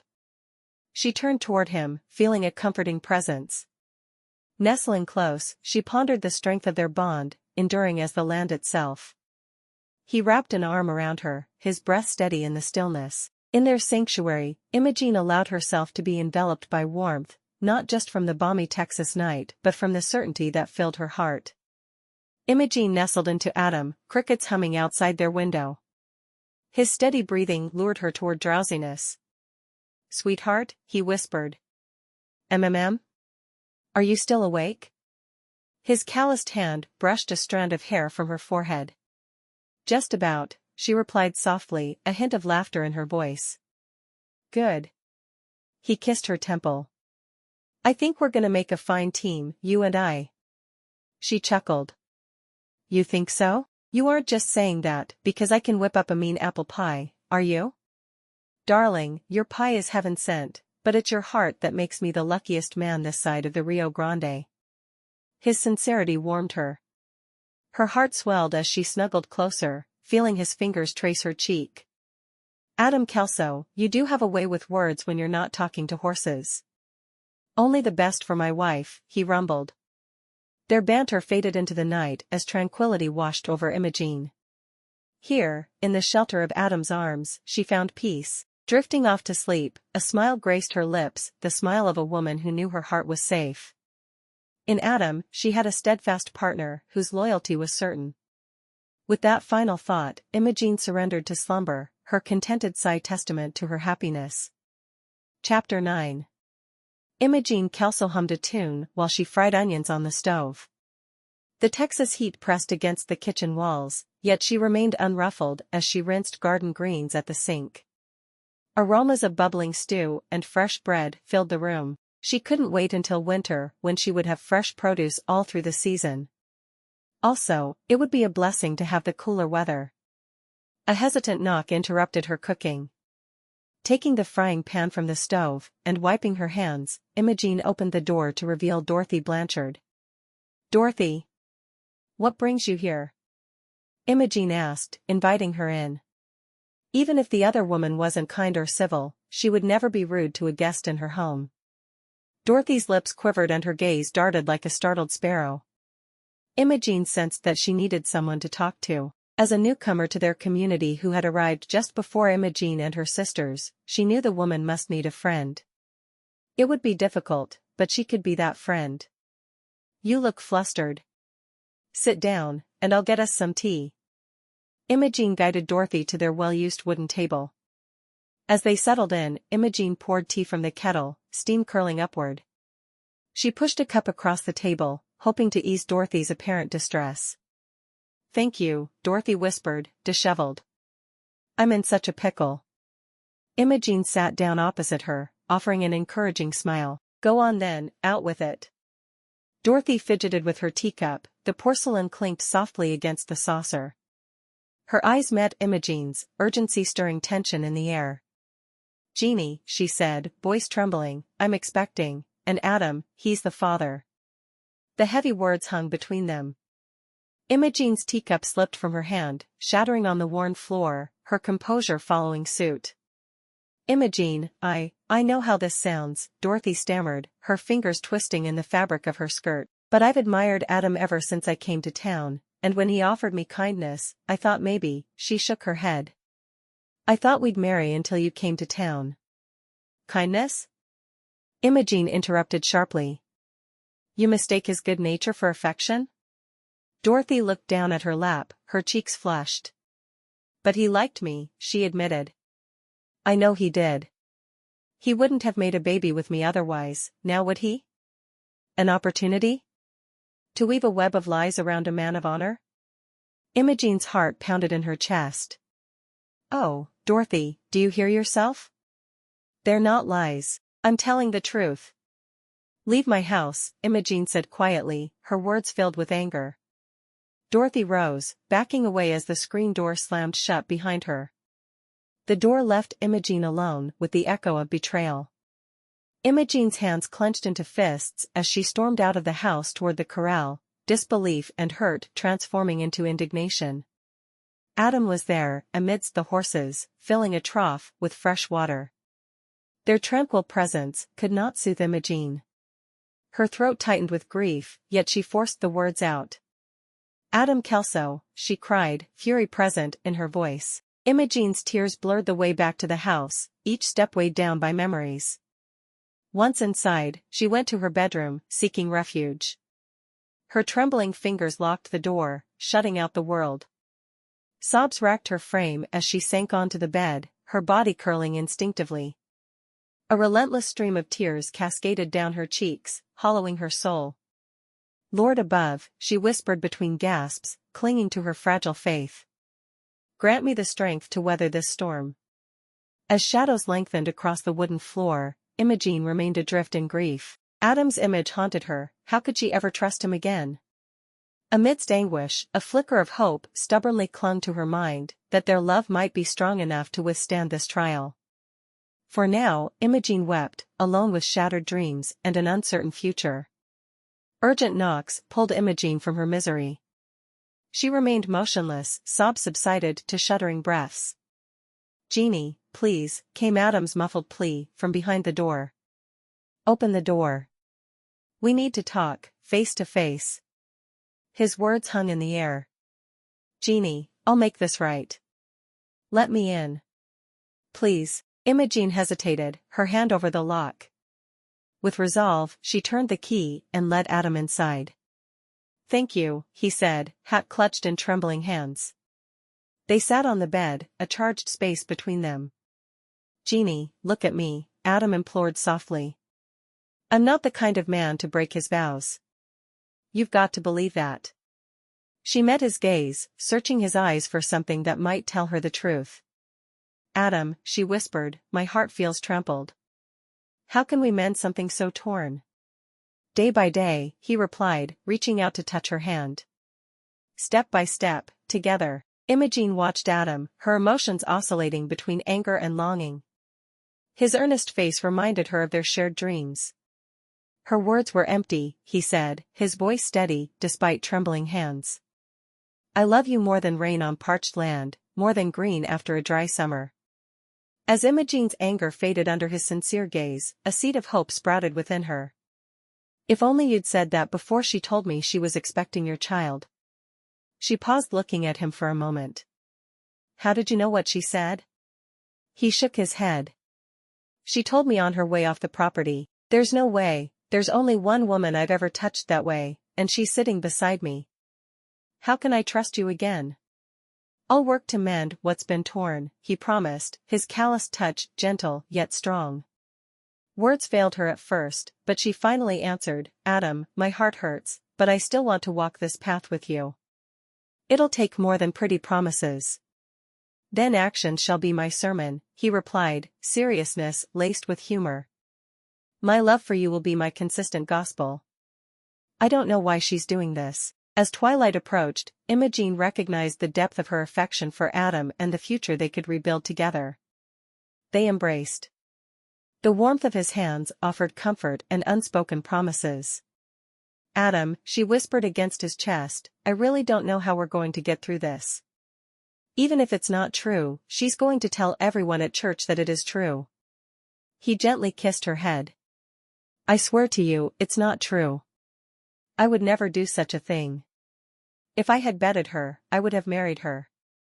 You know how I feel about things like that. I suppose I do, she said, finding solace in his gaze. But from here on out, I want total honesty, no more secrets or silence. Agreed, he replied, brushing away her tears. Side by side, open-hearted and united. A silent pact formed between them, as sacred as any spoken vow. They sat on the edge of the bed, fingers intertwining naturally. Two hearts battered by fate, yet we choose to mend rather than part, Imogene murmured. Because we know the true meaning of love, something that woman knows nothing about, Adam responded. She nodded, wiping the last tear that trickled down her cheek. I suppose I should finish cooking supper so we can eat. She interrupted. I understand. She's interrupted my work more times than I can count. But we're going to get through this. You understand that, right? Jeannie nodded. I guess I do. But all she really wanted to do was meet with her sisters and have them console her.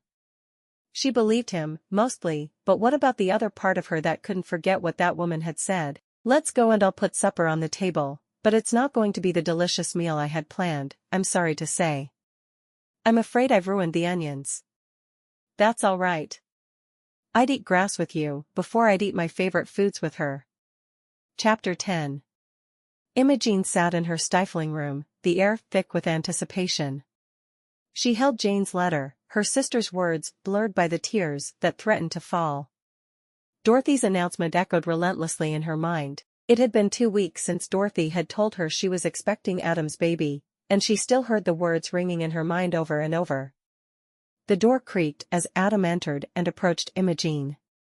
He sat beside her, his presence comforting. Imogene, he began in a soothing baritone, are you all right? You've been crying for weeks. He reached out, his calloused hand enveloping hers with tender sincerity. Adam, she whispered, it's a challenge I didn't foresee. It's hard to know what to believe. She sighed. I think it will be better when Jane arrives, and she and I can sit and talk. Her gaze shifted from the letter to him. Drawing in a breath, she said uncertainly, Adam, I feel like a wilted flower. Something someone will dig up and throw away. Jeannie, your worth isn't measured like rose petals, Adam replied warmly. You are the very heart of this home. Without you, it's an empty shell. His affirmation stirred something within her chest. Yet Dorothy's announcement made me feel inadequate, as if I'm lacking. I don't think I'm enough for you. She's a beautiful woman, and if you had your eye on her. Imogene confessed, her words pouring out in a rush. Imogene studied Adam's face, noting the sunlight casting shadows across his strong jaw. Imogene, Adam said sincerely, if I had my eye on that woman, I'd have married her. Not you. I met her weeks before I met you, and I avoided her. Her heart swelled as she looked into his eyes, reminiscent of a stormy Texas prairie. She has nothing that I want. I want only you. In his words, Imogene found solace and trust. Tears washed away her doubt as Adam embraced her. There's strength in vulnerability, just as there's grace in forgiveness, he murmured. As fear left her spirit, hope took root once more.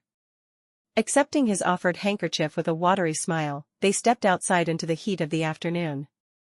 Even if you don't think I'm a wilted flower, this heat makes me feel like one, she said, a touch of a smile on her lips.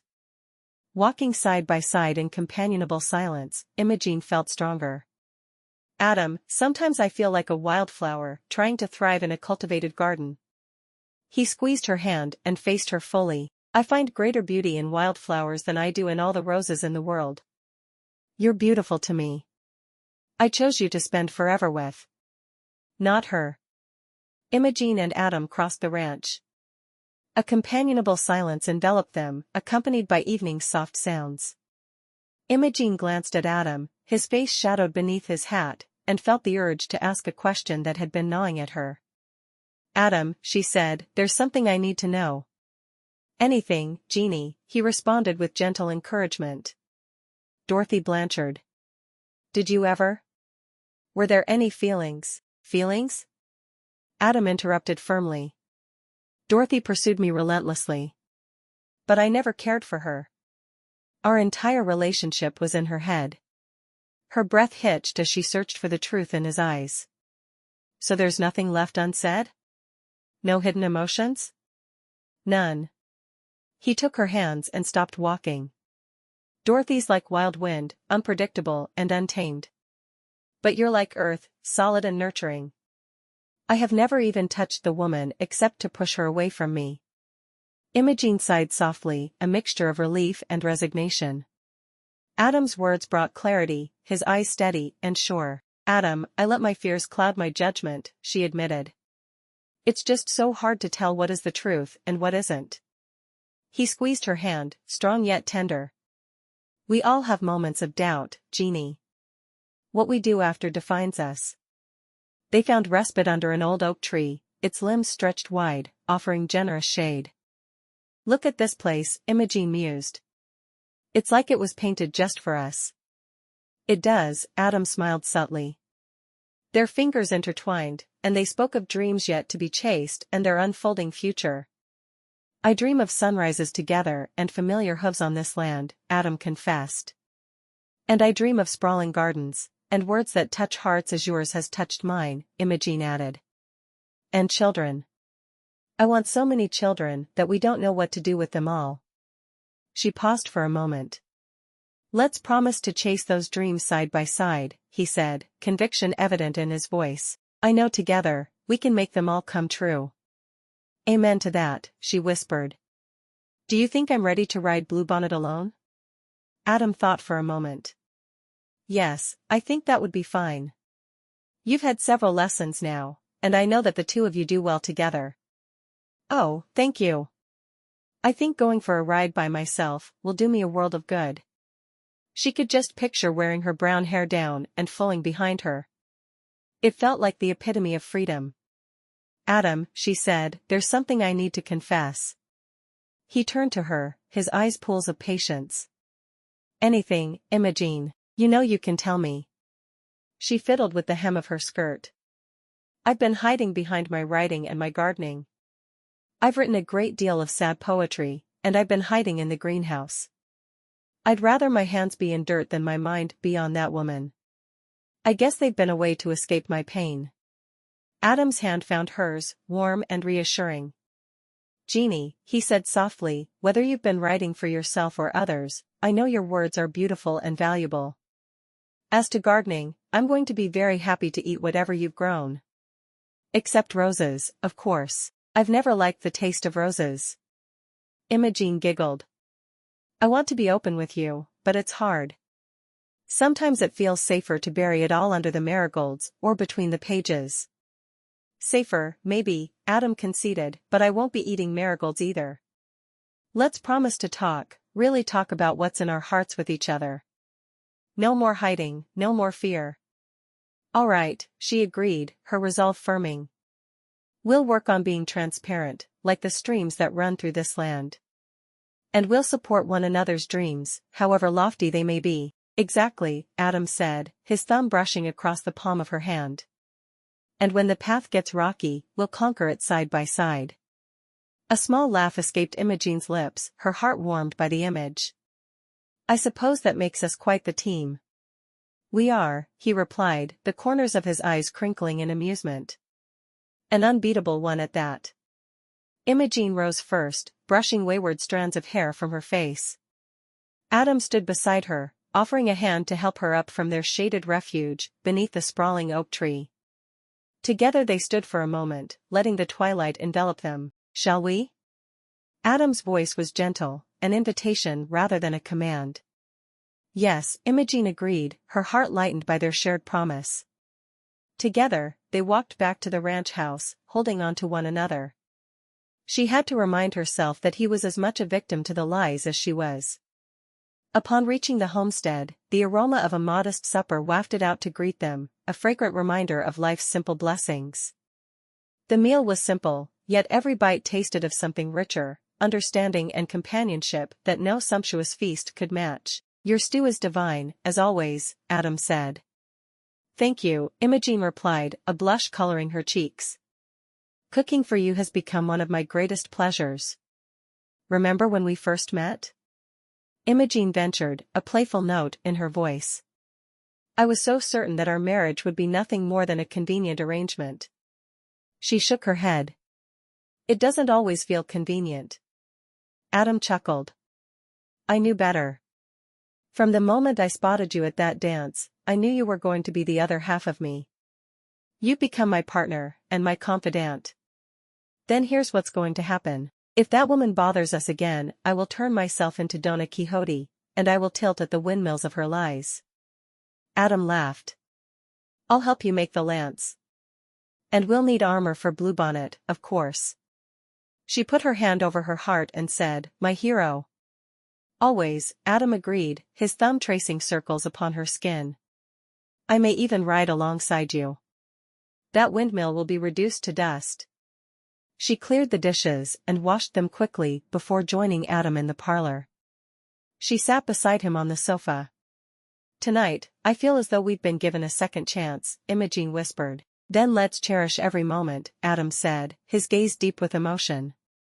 For in this story that we're writing, there's only one thing at the end. A very happy ending. Imogene and Adam stepped out onto the wooden porch, the final slivers of daylight slipping away behind the horizon. They settled into the porch swing together, its gentle creaking a familiar song in the quiet night. Look at those stars, Imogene murmured, her head leaning against Adam's shoulder as they gazed upward. Like diamonds scattered across a velvet blanket. God's handiwork, Adam replied, his voice a low rumble of contentment. Never ceases to amaze. Nor does his timing, she added, the words carrying both wonder and wistfulness. Adam wrapped an arm around Imogene, drawing her closer into the warm circle of his embrace. She felt the steady rhythm of his heart. Jeannie, Adam began, breaking the silence that had cocooned them, what's one dream you've not yet told me about? She pondered for a moment, the simplicity of the question unlocking a hidden chamber of aspirations within her. I've always fancied having a horse of my own, she said. But you've made that one come true already. I guess I also dream of one day having a book published. A book that's full of short stories, I think. Then consider it a promise from me to you, he said. You write the book, and I'll help you find a reputable publisher to work with. Imogene's heart swelled with love for this man who sought to make her simple dreams a reality. She nestled closer, her hand finding his and squeezing it gently. And what of you, Adam? What dreams do you harbor? I think I'm living one right now, he answered honestly. But there's this feeling, deep down, that I'm meant to help people connect with these magnificent creatures. He gestured vaguely toward the stables. Maybe teach others the way of the horse, share the peace it brings me. Then we shall make room for a school, Imogene said, her practical mind already envisioning the future. Your patience and understanding are gifts, Adam. It'd be a sin not to share them. Perhaps, he chuckled, the sound resonating in the quiet evening. Though I think I want the breeding barn to happen first, and honestly, that first harvest with all of the vegetables you're growing. I can't wait for that. Oh, that will happen soon, she teased. You married a woman with green thumbs, Mr. Kelso. I know I did, he agreed, his smile visible even in the dim light. And I thank the heavens every day for that blessing. Adam? Yes, Jeannie? Thank you for believing in us. Always, my dear. Always. Chapter 11. Imogene and Adam walked hand in hand through the sunlit ranch. Look at that mare, Adam said, pointing to a graceful figure beneath an oak tree. The mare was pure white and looked spirited. Beautiful, like you, he added playfully. Mr. Kelso, flattery won't work on me, Imogene teased, her smile giving her away. They reached a hidden meadow with a waiting blanket beside wildflowers. As they unpacked their basket of bread, tender ham, and juicy peaches, Imogene savored the peaceful scene before them. Every corner of creation has a message if we listen, Adam observed while biting into a ripe peach. The Almighty's love letter is written in every sunset and signed in every star, Imogene agreed. I don't think you have changed much since you came out of seminary school. You still see God everywhere and in everything. As we all should, Adam said with a smile. Imogene chuckled. I can't stop thinking about yesterday morning when old Mr. Henderson's cows broke through the fence and came to visit our vegetable patch, she said, eyes gleaming with amusement. Adam grinned. That was a morning I'll never forget. I sent 3 of my ranch hands over to his place this morning to help him fix that fence of his. I don't want to lose another entire morning chasing them back home. You were quite the cowgirl, if I recall. Hardly, she retorted, playfully rolling her eyes. I think I spent more time tangled in my own lasso than actually wrangling any cattle. Ah, but your determination was inspiring, Adam teased, taking a bite of cornbread. You never give up, Jeannie. It's one of the many things I admire about you. Their laughter joined as they shared stories from their pasts, each story helping them to know just a little bit about the other. As the conversation waned, a companionable silence settled over them. Imogene leaned against Adam's shoulder, whispering, "You make me so happy." His hand found hers, fingers intertwining in unspoken unity. "And I think together we could truly conquer the world if we tried," he replied softly. They sat amid nature's beauty, sharing gentle touches, more meaningful than words. A stolen kiss beneath an oak tree's shade and feathery caresses sealed their love, delicate yet strong. Adam rummaged through the wicker picnic basket, remnants of their meal still inside. Imogene watched curiously as a gentle breeze rustled the leaves above them. "Close your eyes, Jeannie," Adam said with concealed mirth. She complied, anticipation building in her mind. "Open them," he said. In his sunbrowned hands was a journal with a tooled leather cover, intricate designs of wildflowers and horses etched into its surface. She ran her fingers over the texture, marveling at its beauty. "Adam, this is beautiful," she said, eyes locked with his. "It's for your stories, thoughts, and dreams," he replied warmly. Imogene's gratitude overwhelmed her, and they embraced tightly. "Thank you," she whispered.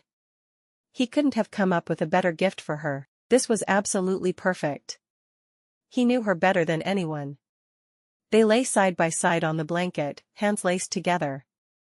Adam pointed to a horse-shaped cloud galloping across the plains, while Imogene found one resembling a bouquet of flowers and another like a book. Their laughter echoed through nature's symphony. "What did I do with myself before you were in my life?" she asked. "I don't know. You probably just grew things." She giggled. "So true. Maybe it's a sign that great stories await you," Adam suggested, squeezing her hand gently. "Stories that'll captivate the world as much as you've captivated me." "From your lips to God's ears," Imogene replied hopefully, her dreams feeling more attainable with Adam by her side. Imogene held the journal close, feeling a surge of determination. "Adam, I want to create stories that transport people to unseen worlds and touch their hearts."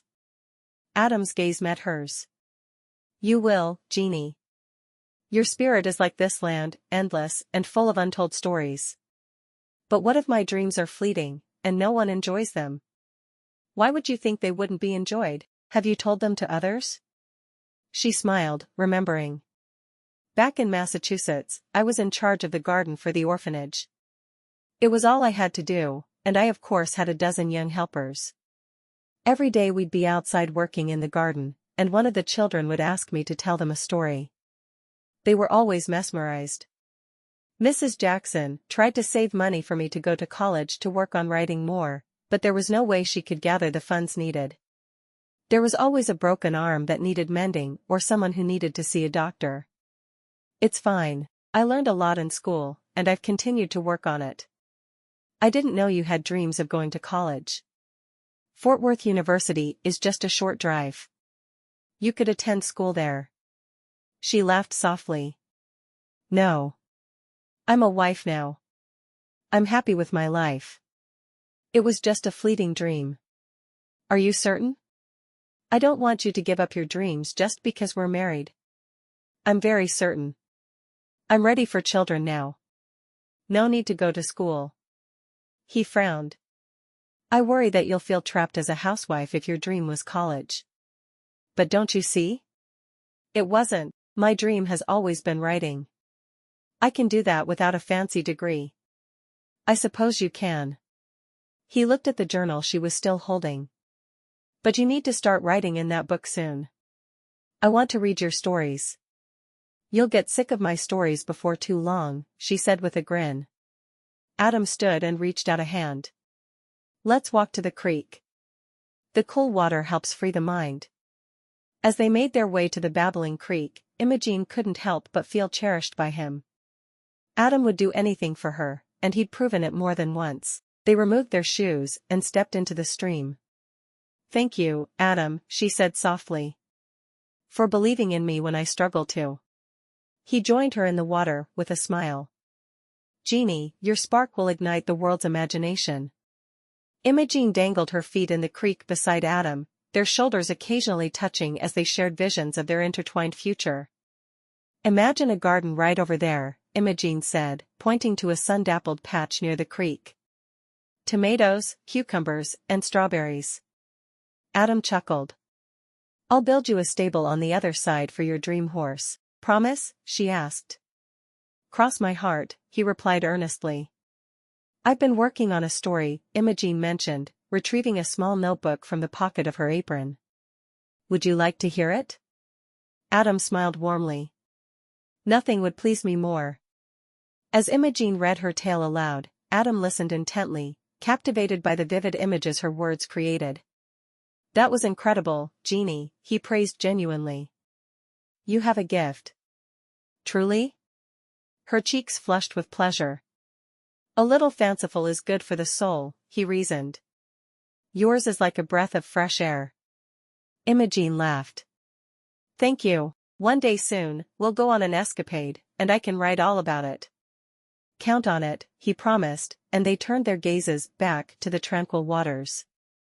Later, they walked hand in hand toward their shared home. The countryside was cradled in an amber embrace. "Seems like the sky's putting on a show just for us," Imogene remarked, gazing at the watercolor canvas above.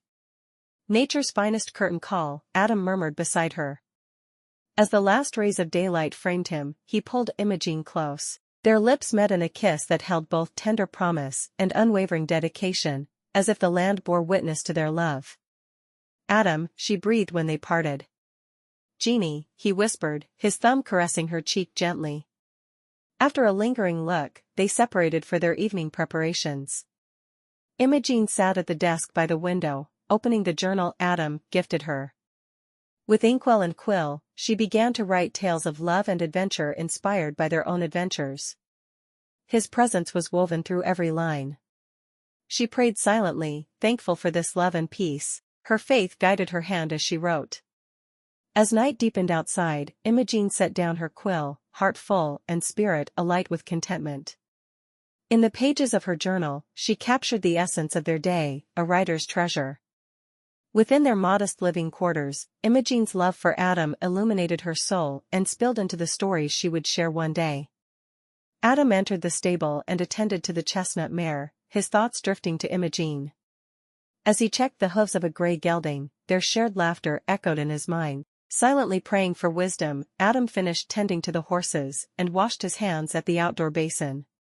Under the emerging stars, he returned to the house, where Imogene sat on their bed with her journal. "Finished with your tales for the night?" he asked playfully. "Only until tomorrow," she replied, smiling. They embraced, and she knew he had told her the truth all along. He was a good, godly man, and he was all she needed in the world.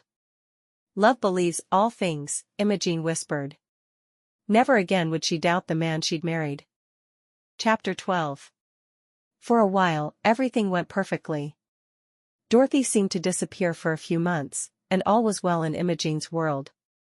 Then, shortly before Christmas, Dorothy was back, and she was showing a great deal. At church, the Sunday before Christmas, Dorothy once again approached Jeannie. "Since Adam is refusing to do what's right by me and our unborn child, I expect you to help us out financially when the baby is born." Jeannie gaped at the girl, unable to stop staring at Dorothy's burgeoning stomach. "Adam told me he's never touched you except to push you away while you were making advances."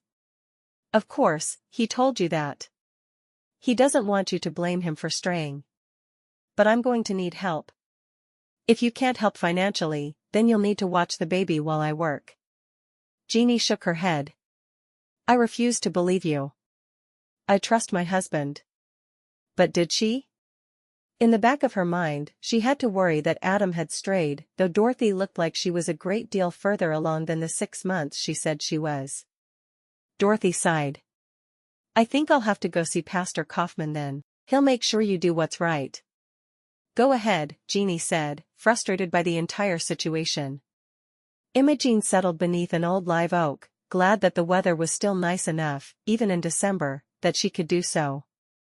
It certainly wasn't as hot as it was in summer, but with a sweater, she was comfortable. Her hand clutched a pen above the leather-bound journal Adam had given her. The crisp paper awaited her words, and Jeannie eagerly prepared to fill the pages. As her thoughts formed sentences, a tale emerged from the dance of prairie grasses and the determination of those who called the wild expanse home. She envisioned vibrant characters entwined with the landscape as she explored the heart of Texas through her writing. An undercurrent of sorrow tugged at Jeannie's smile. Her eyes reflected a stormy sky as she pressed the pen against the page. Lord, grant me strength, Jeannie murmured, struggling to apply love and forgiveness to her wounded pride. As she wrote, Imogene wrestled with her feelings, using the page as both confessor and canvas. The characters she created were companions in her solitude. Through them, she sought solace and crafted narratives of healing and overcoming slights. Show kindness even when it sticks in your throat, she whispered, finding courage in quiet defiance and storytelling that refused to be cowed by misfortune. Imogene's chapter continued, relentless and beautiful as the rolling plains stretching beyond the horizon. She rose from beneath the oak, manuscript pages fluttering gently in her hand, and approached the greenhouse that served as both sanctuary and muse. Kneeling beside a row of fledgling tomatoes, her fingers worked the soil, nurturing each plant with undivided attention. Amid this labor, Imogene found peace that eluded her. Here, wounds of embarrassment and betrayal dissolved from her mind. After a while, she realized she was spending her time going over the conversation she'd had with Dorothy in her mind. Why hadn't the woman just stayed away? She didn't even want to think of what would happen after the conversation Dorothy intended to have with Amos.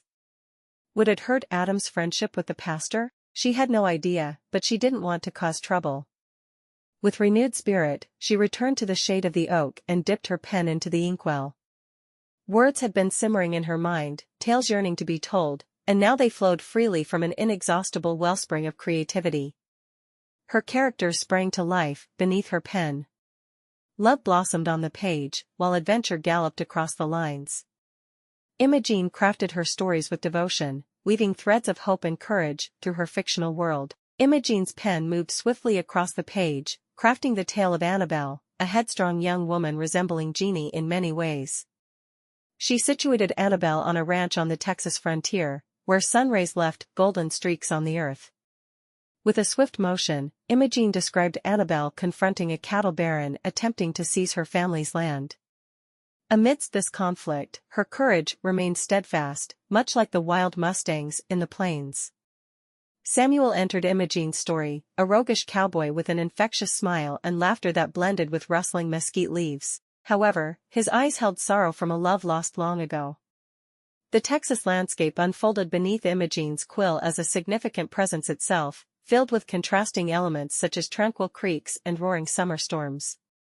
Her vivid descriptions evoked sensations of heat, scents of blooming bluebonnets, and distant sounds of thunder announcing rainfall. As she wrote, Imogene's heart swelled, her face illuminated by creative excitement.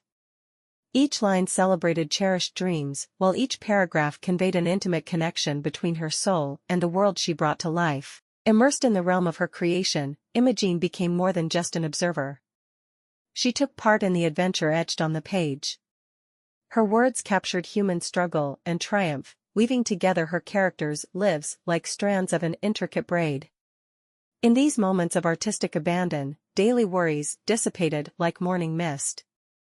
Imogene was enveloped in the warmth of her stories, where every heartache found solace and weary travelers rested.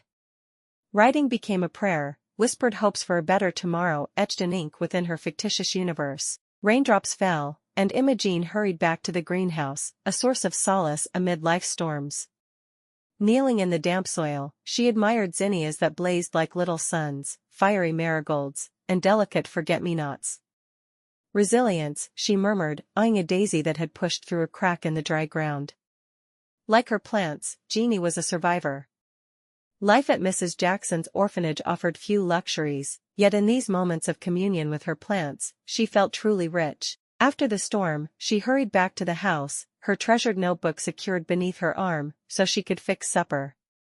She knew she needed to talk to Adam about what Dorothy had said so he would have warning, but she didn't want to discuss it again.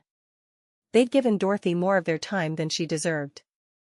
The meal she made was simple, but nourishing, and as always, Adam was thankful for the time it took her to cook it. "This smells amazing, Jeannie." She shook her head, laughing softly. "I think I could serve you mud, and you'd be happy with it. If you took the time to dig up the mud, of course I would." Adam winked at her, and she couldn't help but giggle.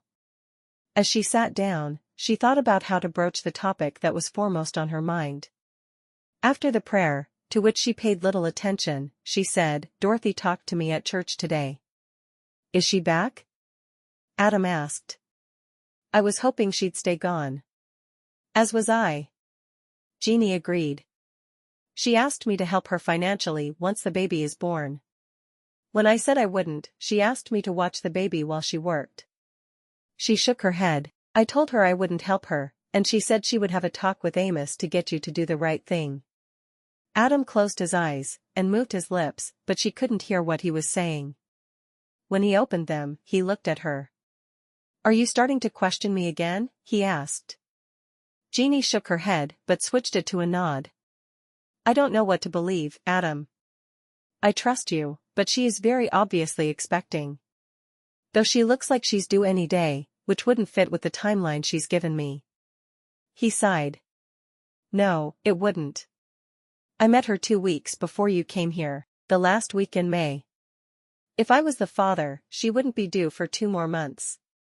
I suppose we'll have to see when she has the baby. I guess. I just wanted you to know that Amos may be talking to you about the situation, though I don't think he'll believe her." "I'm not so sure. You're my wife, and you're still not certain if you should believe her, or me." She sighed softly. "I think my worry has to do with my own feelings of inadequacy. It's not a reflection on who you are. I'm going to head over to Amos's tonight and talk with him about it. We'll see how that goes. Just think, the 2 men who have been through seminary are involved in the biggest scandals of the year. Amos for marrying an atheist, and me for being accused of impregnating a woman I find repugnant." Jeannie nodded. "It's probably the best thing to do. Get ahead of the rumor."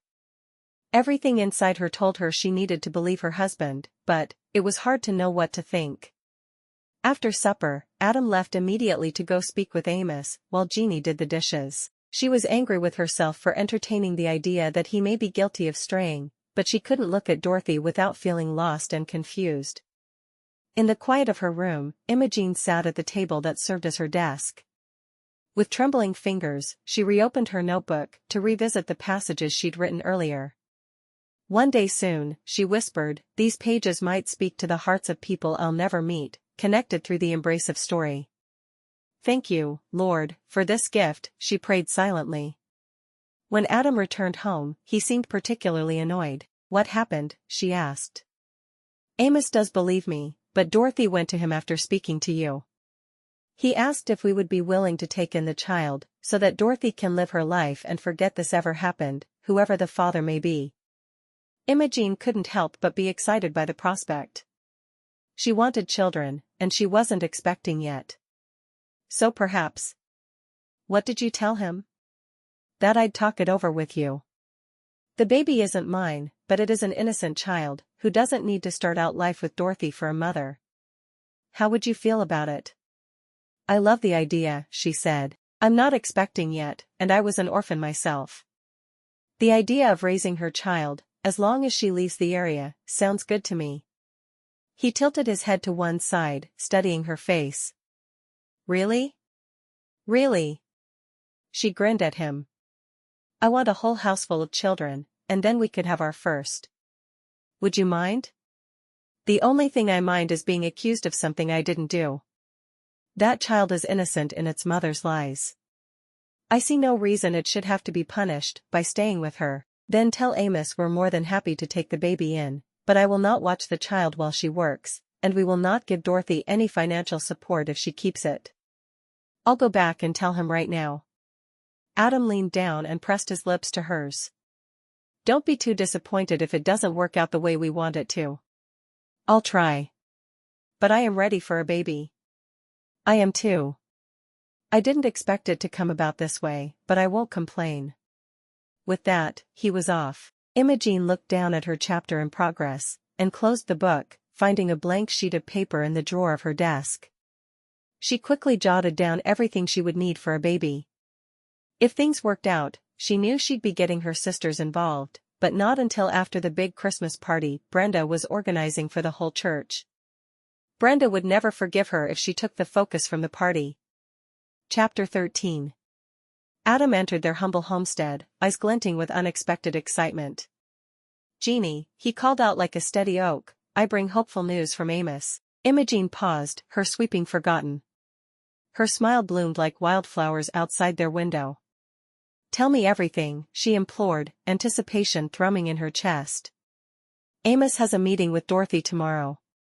He'll suggest she give the child to us, Adam revealed, his hand passing through his weathered hair. Gasping, Jeannie dropped the broom and grasped his hands. Truly? Have our prayers been answered? It seems so, he replied, tenderness replacing his usual reserve. We need to prepare, she exclaimed, surveying the room critically. She imagined all the baby clothes she could make. She would invite Jane and Hannah, and they would make a party of it. The next day, she tackled housework with everything she had. Each sweep and dusting brought her closer to motherhood, envisioning cradling a child and nighttime lullabies. She couldn't wait to rock a baby that was her own. Adam listened to her gush, and just kept saying, God willing. He didn't want to get her hopes up too much in case Dorothy refused the idea. As evening approached, the house sparkled in readiness for whatever may come. Standing back, hands on hips with a nod of satisfaction, Jeannie trusted their lives would soon change with a bundle of joy. Amos's wagon stopped in front of Adam and Imogene's homestead. Jeannie, dusted with flour, glanced out the window at Amos and Hannah stepping down from the carriage. Dorothy was with them. When they all walked into the house, the look on Dorothy's face told Jeannie she wasn't happy with the situation. Jeannie felt the same way Dorothy did, and really didn't want to allow the other woman into her home, but she smiled in welcome, refusing to not be a good hostess simply because Dorothy was at her house. She'd hoped Amos could handle things without Dorothy, but it didn't appear to have happened that way. Adam, they're here, she called out. Wiping her hands on her apron, she greeted Hannah with a kiss to the cheek. Supper's nearly ready, Jeannie said. I hope you're hungry. Thank you, Jeannie, Amos replied, admiring the spotless room. They sat at the table, the aroma of roasted chicken filling the air. As they ate, Amos cleared his throat to deliver important news. Jeannie, Adam, he began, I met with Dorothy today. She's not pleased about no payment for her troubles, but agrees you two should raise the child. Jeannie felt Adam tense beside her, she squeezed his hand reassuringly. Her own heartbeat quickened. Dorothy simply glared at Imogene. At least this way I can go back to my old life in Dallas. And you can put all this behind you. Will you move back in with your parents? Jeannie asked sweetly. Dorothy nodded. Yes, my mother wanted me to stay, but my father said as long as I keep the bastard, he won't have anything to do with me. Jeannie frowned at the use of the word bastard, which had been used for her and her sisters more times than she could count. Hannah reacted the same way she noticed. The baby will grow up with two parents who love him. I don't think there's a lot more you can ask for in your situation. Have you made any preparations for the baby? Jeannie asked. I was waiting for the money from Adam to start buying things. But since that's obviously not coming, Dorothy took a bite of her mashed potatoes, still looking angry, but Jeannie didn't care. She was getting a baby, and the horrible woman was leaving town. Maybe you can admit that the baby isn't mine now? Adam asked. Jeannie believes me, and I know Amos does, but I've done nothing to deserve having my reputation ruined.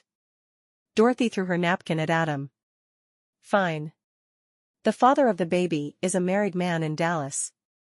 He told me he was going to leave his wife for me, and that he didn't truly love her.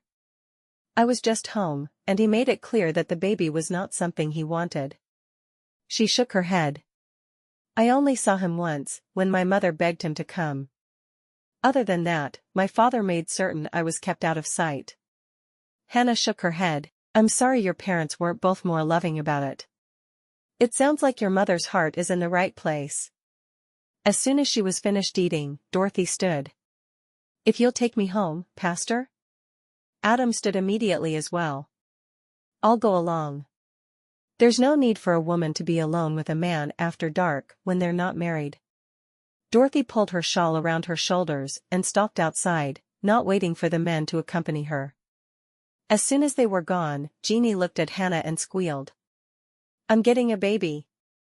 Hannah giggled. Everything seems to have turned around quickly. I'm glad she's leaving. We don't need women like her in our congregation. Jeannie cleared the supper dishes, her thoughts alive with hope and anticipation. Let me help with that, Hannah offered, cradling a stack of plates, her pregnant belly visible under her simple dress. Thank you, Jeannie replied.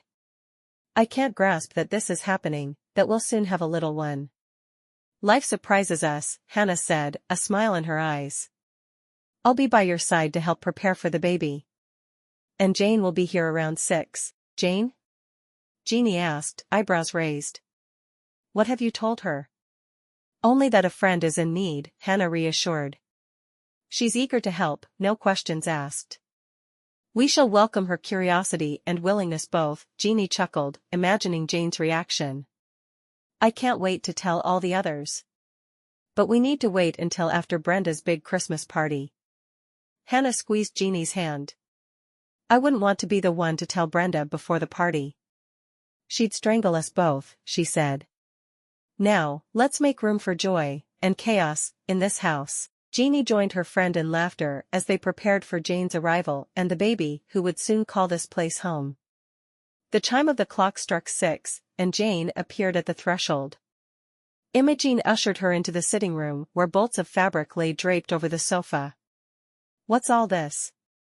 Jane asked, eyes darting from linen to cotton to lace.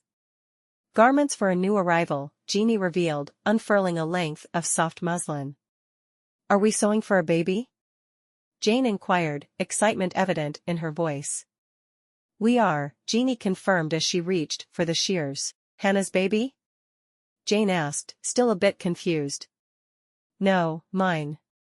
And it'll be here any day now, so we must hurry. At Jane's confused look, Jeannie and Hannah dissolved into giggles. Jeannie is going to adopt the child of an unwed mother. Jane's whole face lit up. I knew one of us would end up taking in children. It's how we were raised. Together, they set to work, tracing patterns onto the fabric and snipping away excess material. As their hands moved, a pile of garments grew.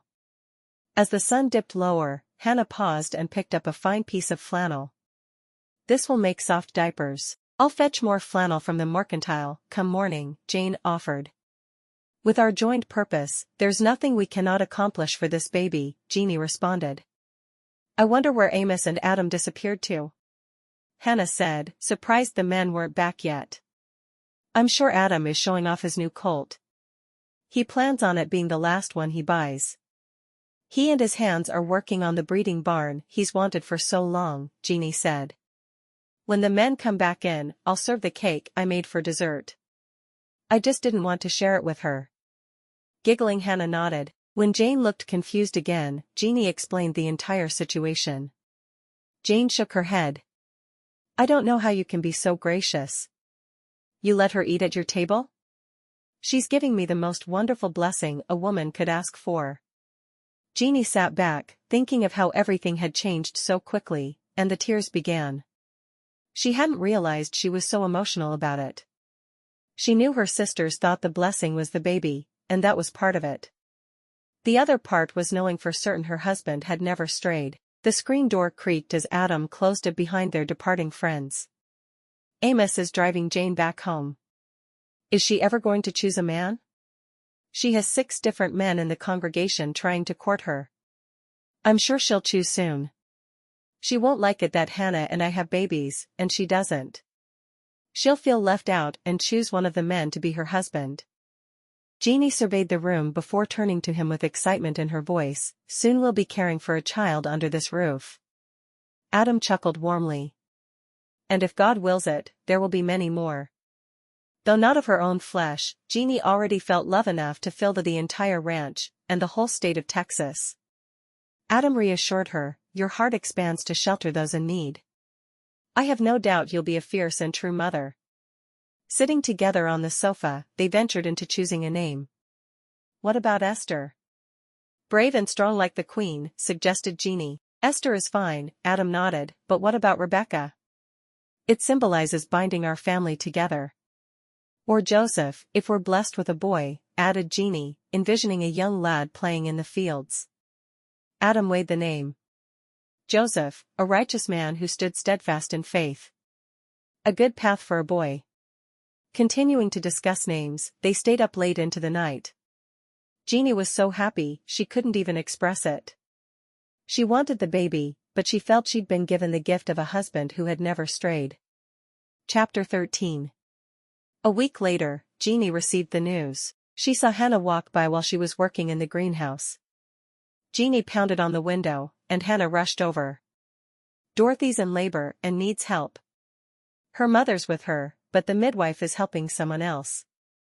Jeannie grabbed her shawl and left the greenhouse, her pulse racing with a dreadful sense of obligation. The Blanchard house loomed ahead. Sounds of pain and encouragement emanated through the open windows. She hesitated at the door before entering. Mrs. Blanchard? Jeannie called out. Back here, dear, came the strained reply from the bedroom. Jeannie found Dorothy's mother by her daughter's side as they navigated each painful contraction. Fetch some clean towels and water, quickly, Mrs. Blanchard instructed. Handing over the requested items, Jeannie asked, is there anything else I can do? Pray, if you're inclined, Mrs. Blanchard suggested. Jeannie had no idea what she was doing, so she decided to do as Mrs. Blanchard had suggested unless she was asked to do something else. Hours later, the wail of a newborn pierced the air as the baby was born. Imogene's breath caught as Mrs. Blanchard handed her the small, wriggling bundle, swaddled in cloth. The infant's cries softened to quiet mewls, his miniature fists flailing. Tears streamed down Jeannie's cheeks as she looked at the child, overwhelmed by an intense love that melded with pain. She whispered her thanks to Dorothy, who smiled weakly through exhaustion and awe. It's not just this precious child, Jeannie said, her gaze fixed on the infant. It's also that you told the truth, and I can trust my husband again. Dorothy stared at the baby. I hate the idea of leaving him, but I can't give him a good life. I know you can. Thank you for the gifts you've given Adam and me. Know that we will do all we can to raise him to be the best man he can possibly be. Jeannie looked at Dorothy for a moment, trying to imagine how she would feel if the situation was reversed. Do you want to hold him before we go? Dorothy sat up in bed and reached her arms out for the baby. As she stared down into his little face, Jeannie realized that not everything about Dorothy was bad. She'd have been a good mother to this child. She could see it in the way Dorothy looked at him. Finally, Dorothy said, you'd better take him before I change my mind. Mrs. Blanchard nodded. I can't help her if she keeps the baby. Jeannie held the baby tight as she opened the door and stepped outside. Adam stood outside waiting for Jeannie. He leaned against the porch railing, gazing at the door that held behind it an unexpected future. His face lit up as he saw the baby in her arms. Mrs. Blanchard emerged. She did wonderfully, she informed Adam, her voice carrying weariness. And so did Jeannie. Thank you for being so kind to my daughter, despite how she treated you both. Jeannie hugged the older woman, causing the baby to cry out as they woke him from a sound sleep. Jeannie approached Adam, the breeze playing with loose strands of her hair. In her arms, little Joseph slept peacefully. Look at him, Jeannie said softly as she transferred the baby into Adam's arms. Adam took Joseph carefully, cradling him with tenderness. A rush of emotion threatened to undo his composure. He may not carry our blood, he murmured, but he carries our heart. Our love.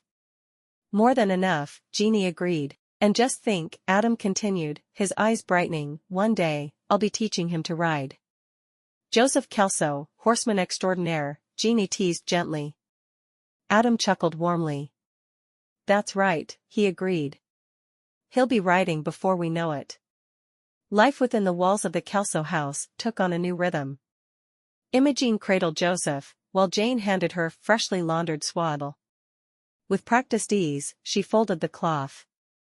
Jeannie, you're a natural, Jane praised. Thank you, sister, Imogene replied, heart swelling with every word. We all had our share of practice at the foundling home. Except Gail. She always seemed to disappear when it was time to take care of the babies. In the corner of the room, Hannah's fingers crocheted tiny booties for the baby. Occasionally, she glanced at Jeannie and Joseph, a gentle smile gracing her lips. Let me know if you need another set of hands, Hannah offered. We should make sure you get a nap before we go. I know last night was rough. Jeannie smiled. If I don't sleep tonight, then I'll nap tomorrow, she promised, not wanting to put the precious weight down. As twilight descended upon the Kelso homestead, Jeannie sat rocking in a creaking wooden chair, holding her sleeping child. Adam leaned against the doorframe, watching them in the soft lamplight. I've been thinking, Jeannie whispered, eyes locked on Joseph's peaceful face. If I'd known this moment would come, I'd willingly walk through that storm again. It was hard, but the reward is better than any I've ever received. Adam knelt beside her and took her free hand. Joseph is more than just a blessing. He's a promise of all the good that's yet to come. Even after everything? I should have believed you, she said softly. Especially after everything, Adam affirmed. He's the beginning of our family, and I want at least a dozen more. Imogene let out a tear as relief washed over her in the presence of her husband's unwavering certainty. We're going to raise him to be just like you. All women deserve a good man to love. Our son will be a good man. He will, Adam said, his voice soft yet firm. We'll raise him to be strong, kind, and brave.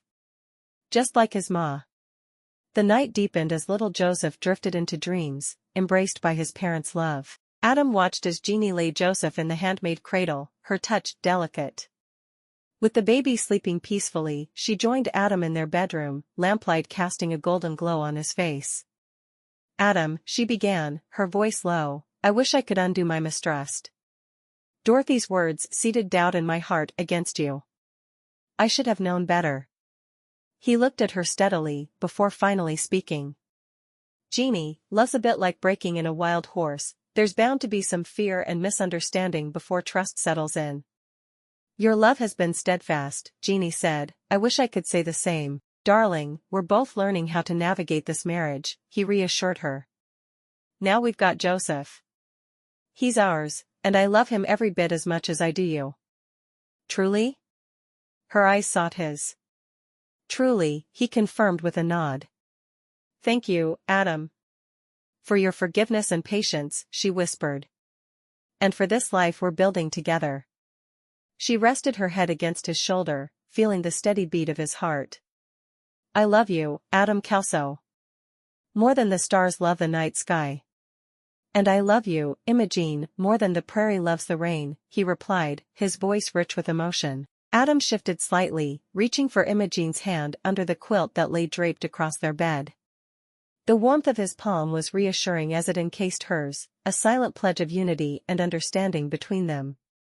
Jeannie, he murmured, his voice threading through the dim quiet of their room, I've forgiven you already. You really need to forgive yourself. There's no point in holding on to what's past. Even so, she began, but he placed a gentle finger against her lips. Shush now, Adam said, a smile softening his words. We've got a future to think about, and I think it's going to be brimming with blessings. Can't wait to see what our next little one will be like. Tears glistened in her eyes, unshed yet luminous. Oh, Adam, Jeannie whispered, her voice trembling with emotion. I love you more than words can tell. Love you too, darling, he replied, his thumb brushing the back of her hand in tender circles. As she fell asleep, Jeannie prayed to thank God for giving her such an understanding husband. Epilogue. Imogene sat on the rocking chair, its creaks blending with the sound of children playing. The smaller children were playing in the treehouse their Auntie Gail had built them while Joseph chased fireflies across the yard. His laughter echoed through the ranch. "Evening, Mrs. Kelso," Adam greeted, leaning down to kiss her and the baby in her arms. "Evening, Mr. Kelso," she replied. "Esther was so good today." "Either that, or I've learned how to deal with a newborn. After 6 children, it really may have happened." He laughed softly. "You've always excelled at everything you've done." He rubbed the back of his neck. "You got something in the mail today that I think you're going to want to see." Jeannie frowned for a moment, and then her eyes widened. "My book." "Did my book finally come?" she asked. He pulled the book from behind his back. "Love on the Texas Plains" was perfect. She traced her finger over the gold of the letters set against a sky blue. Imogene Brown Kelso. Her eyes met Adam's and hers had tears in them. "It's here." Adam chuckled. "Your editor said you'd have it this month." "But it's the 3rd. I thought the 30th. They sat side by side, watching the children play. "I couldn't imagine a better life for us than the one we're living," he said, laughing as the youngest of their adopted children, so far, took a tumble and all of the others except Joseph went to her aid. Joseph was still chasing fireflies, and he didn't even notice the minor drama going on a short distance from him. Adam observed Joseph confidently leading a chestnut mare around the corral. Leaning against the fence, he said, "Joseph's got a hand with horses that can't be taught. He's a natural, Jeannie." Imogene, holding Esther close, smiled and nodded in agreement. Adam sat beside Imogene on the porch steps, his arm wrapped around her shoulders. Watching Joseph successfully saddle the mare, he remarked, "He's already helping me train the horses. Before long, he'll outshine me." "Perhaps," Imogene laughed. "But he does so, because he learned from the best." Adam chuckled and shifted his gaze to Esther. "And look at this little blessing. Our cup runneth over." Esther was their first child that Imogene had given birth to, but their 7th child. Gently kissing Esther's head, Adam said, "Joseph will make a fine rancher one day, and Esther will surely have her pick of any path she chooses." He nodded toward the others who were digging in the dirt. "I think at least one of them will be a construction worker. I'm just not sure if it will be Elizabeth or Jeremiah." She laughed. "My money's on Elizabeth." "Come what may," Adam said, "we'll face it together." "Forever and always," Imogene agreed. She couldn't imagine life without Adam, and she knew he felt the same. She was more than content with her life. She was downright happy,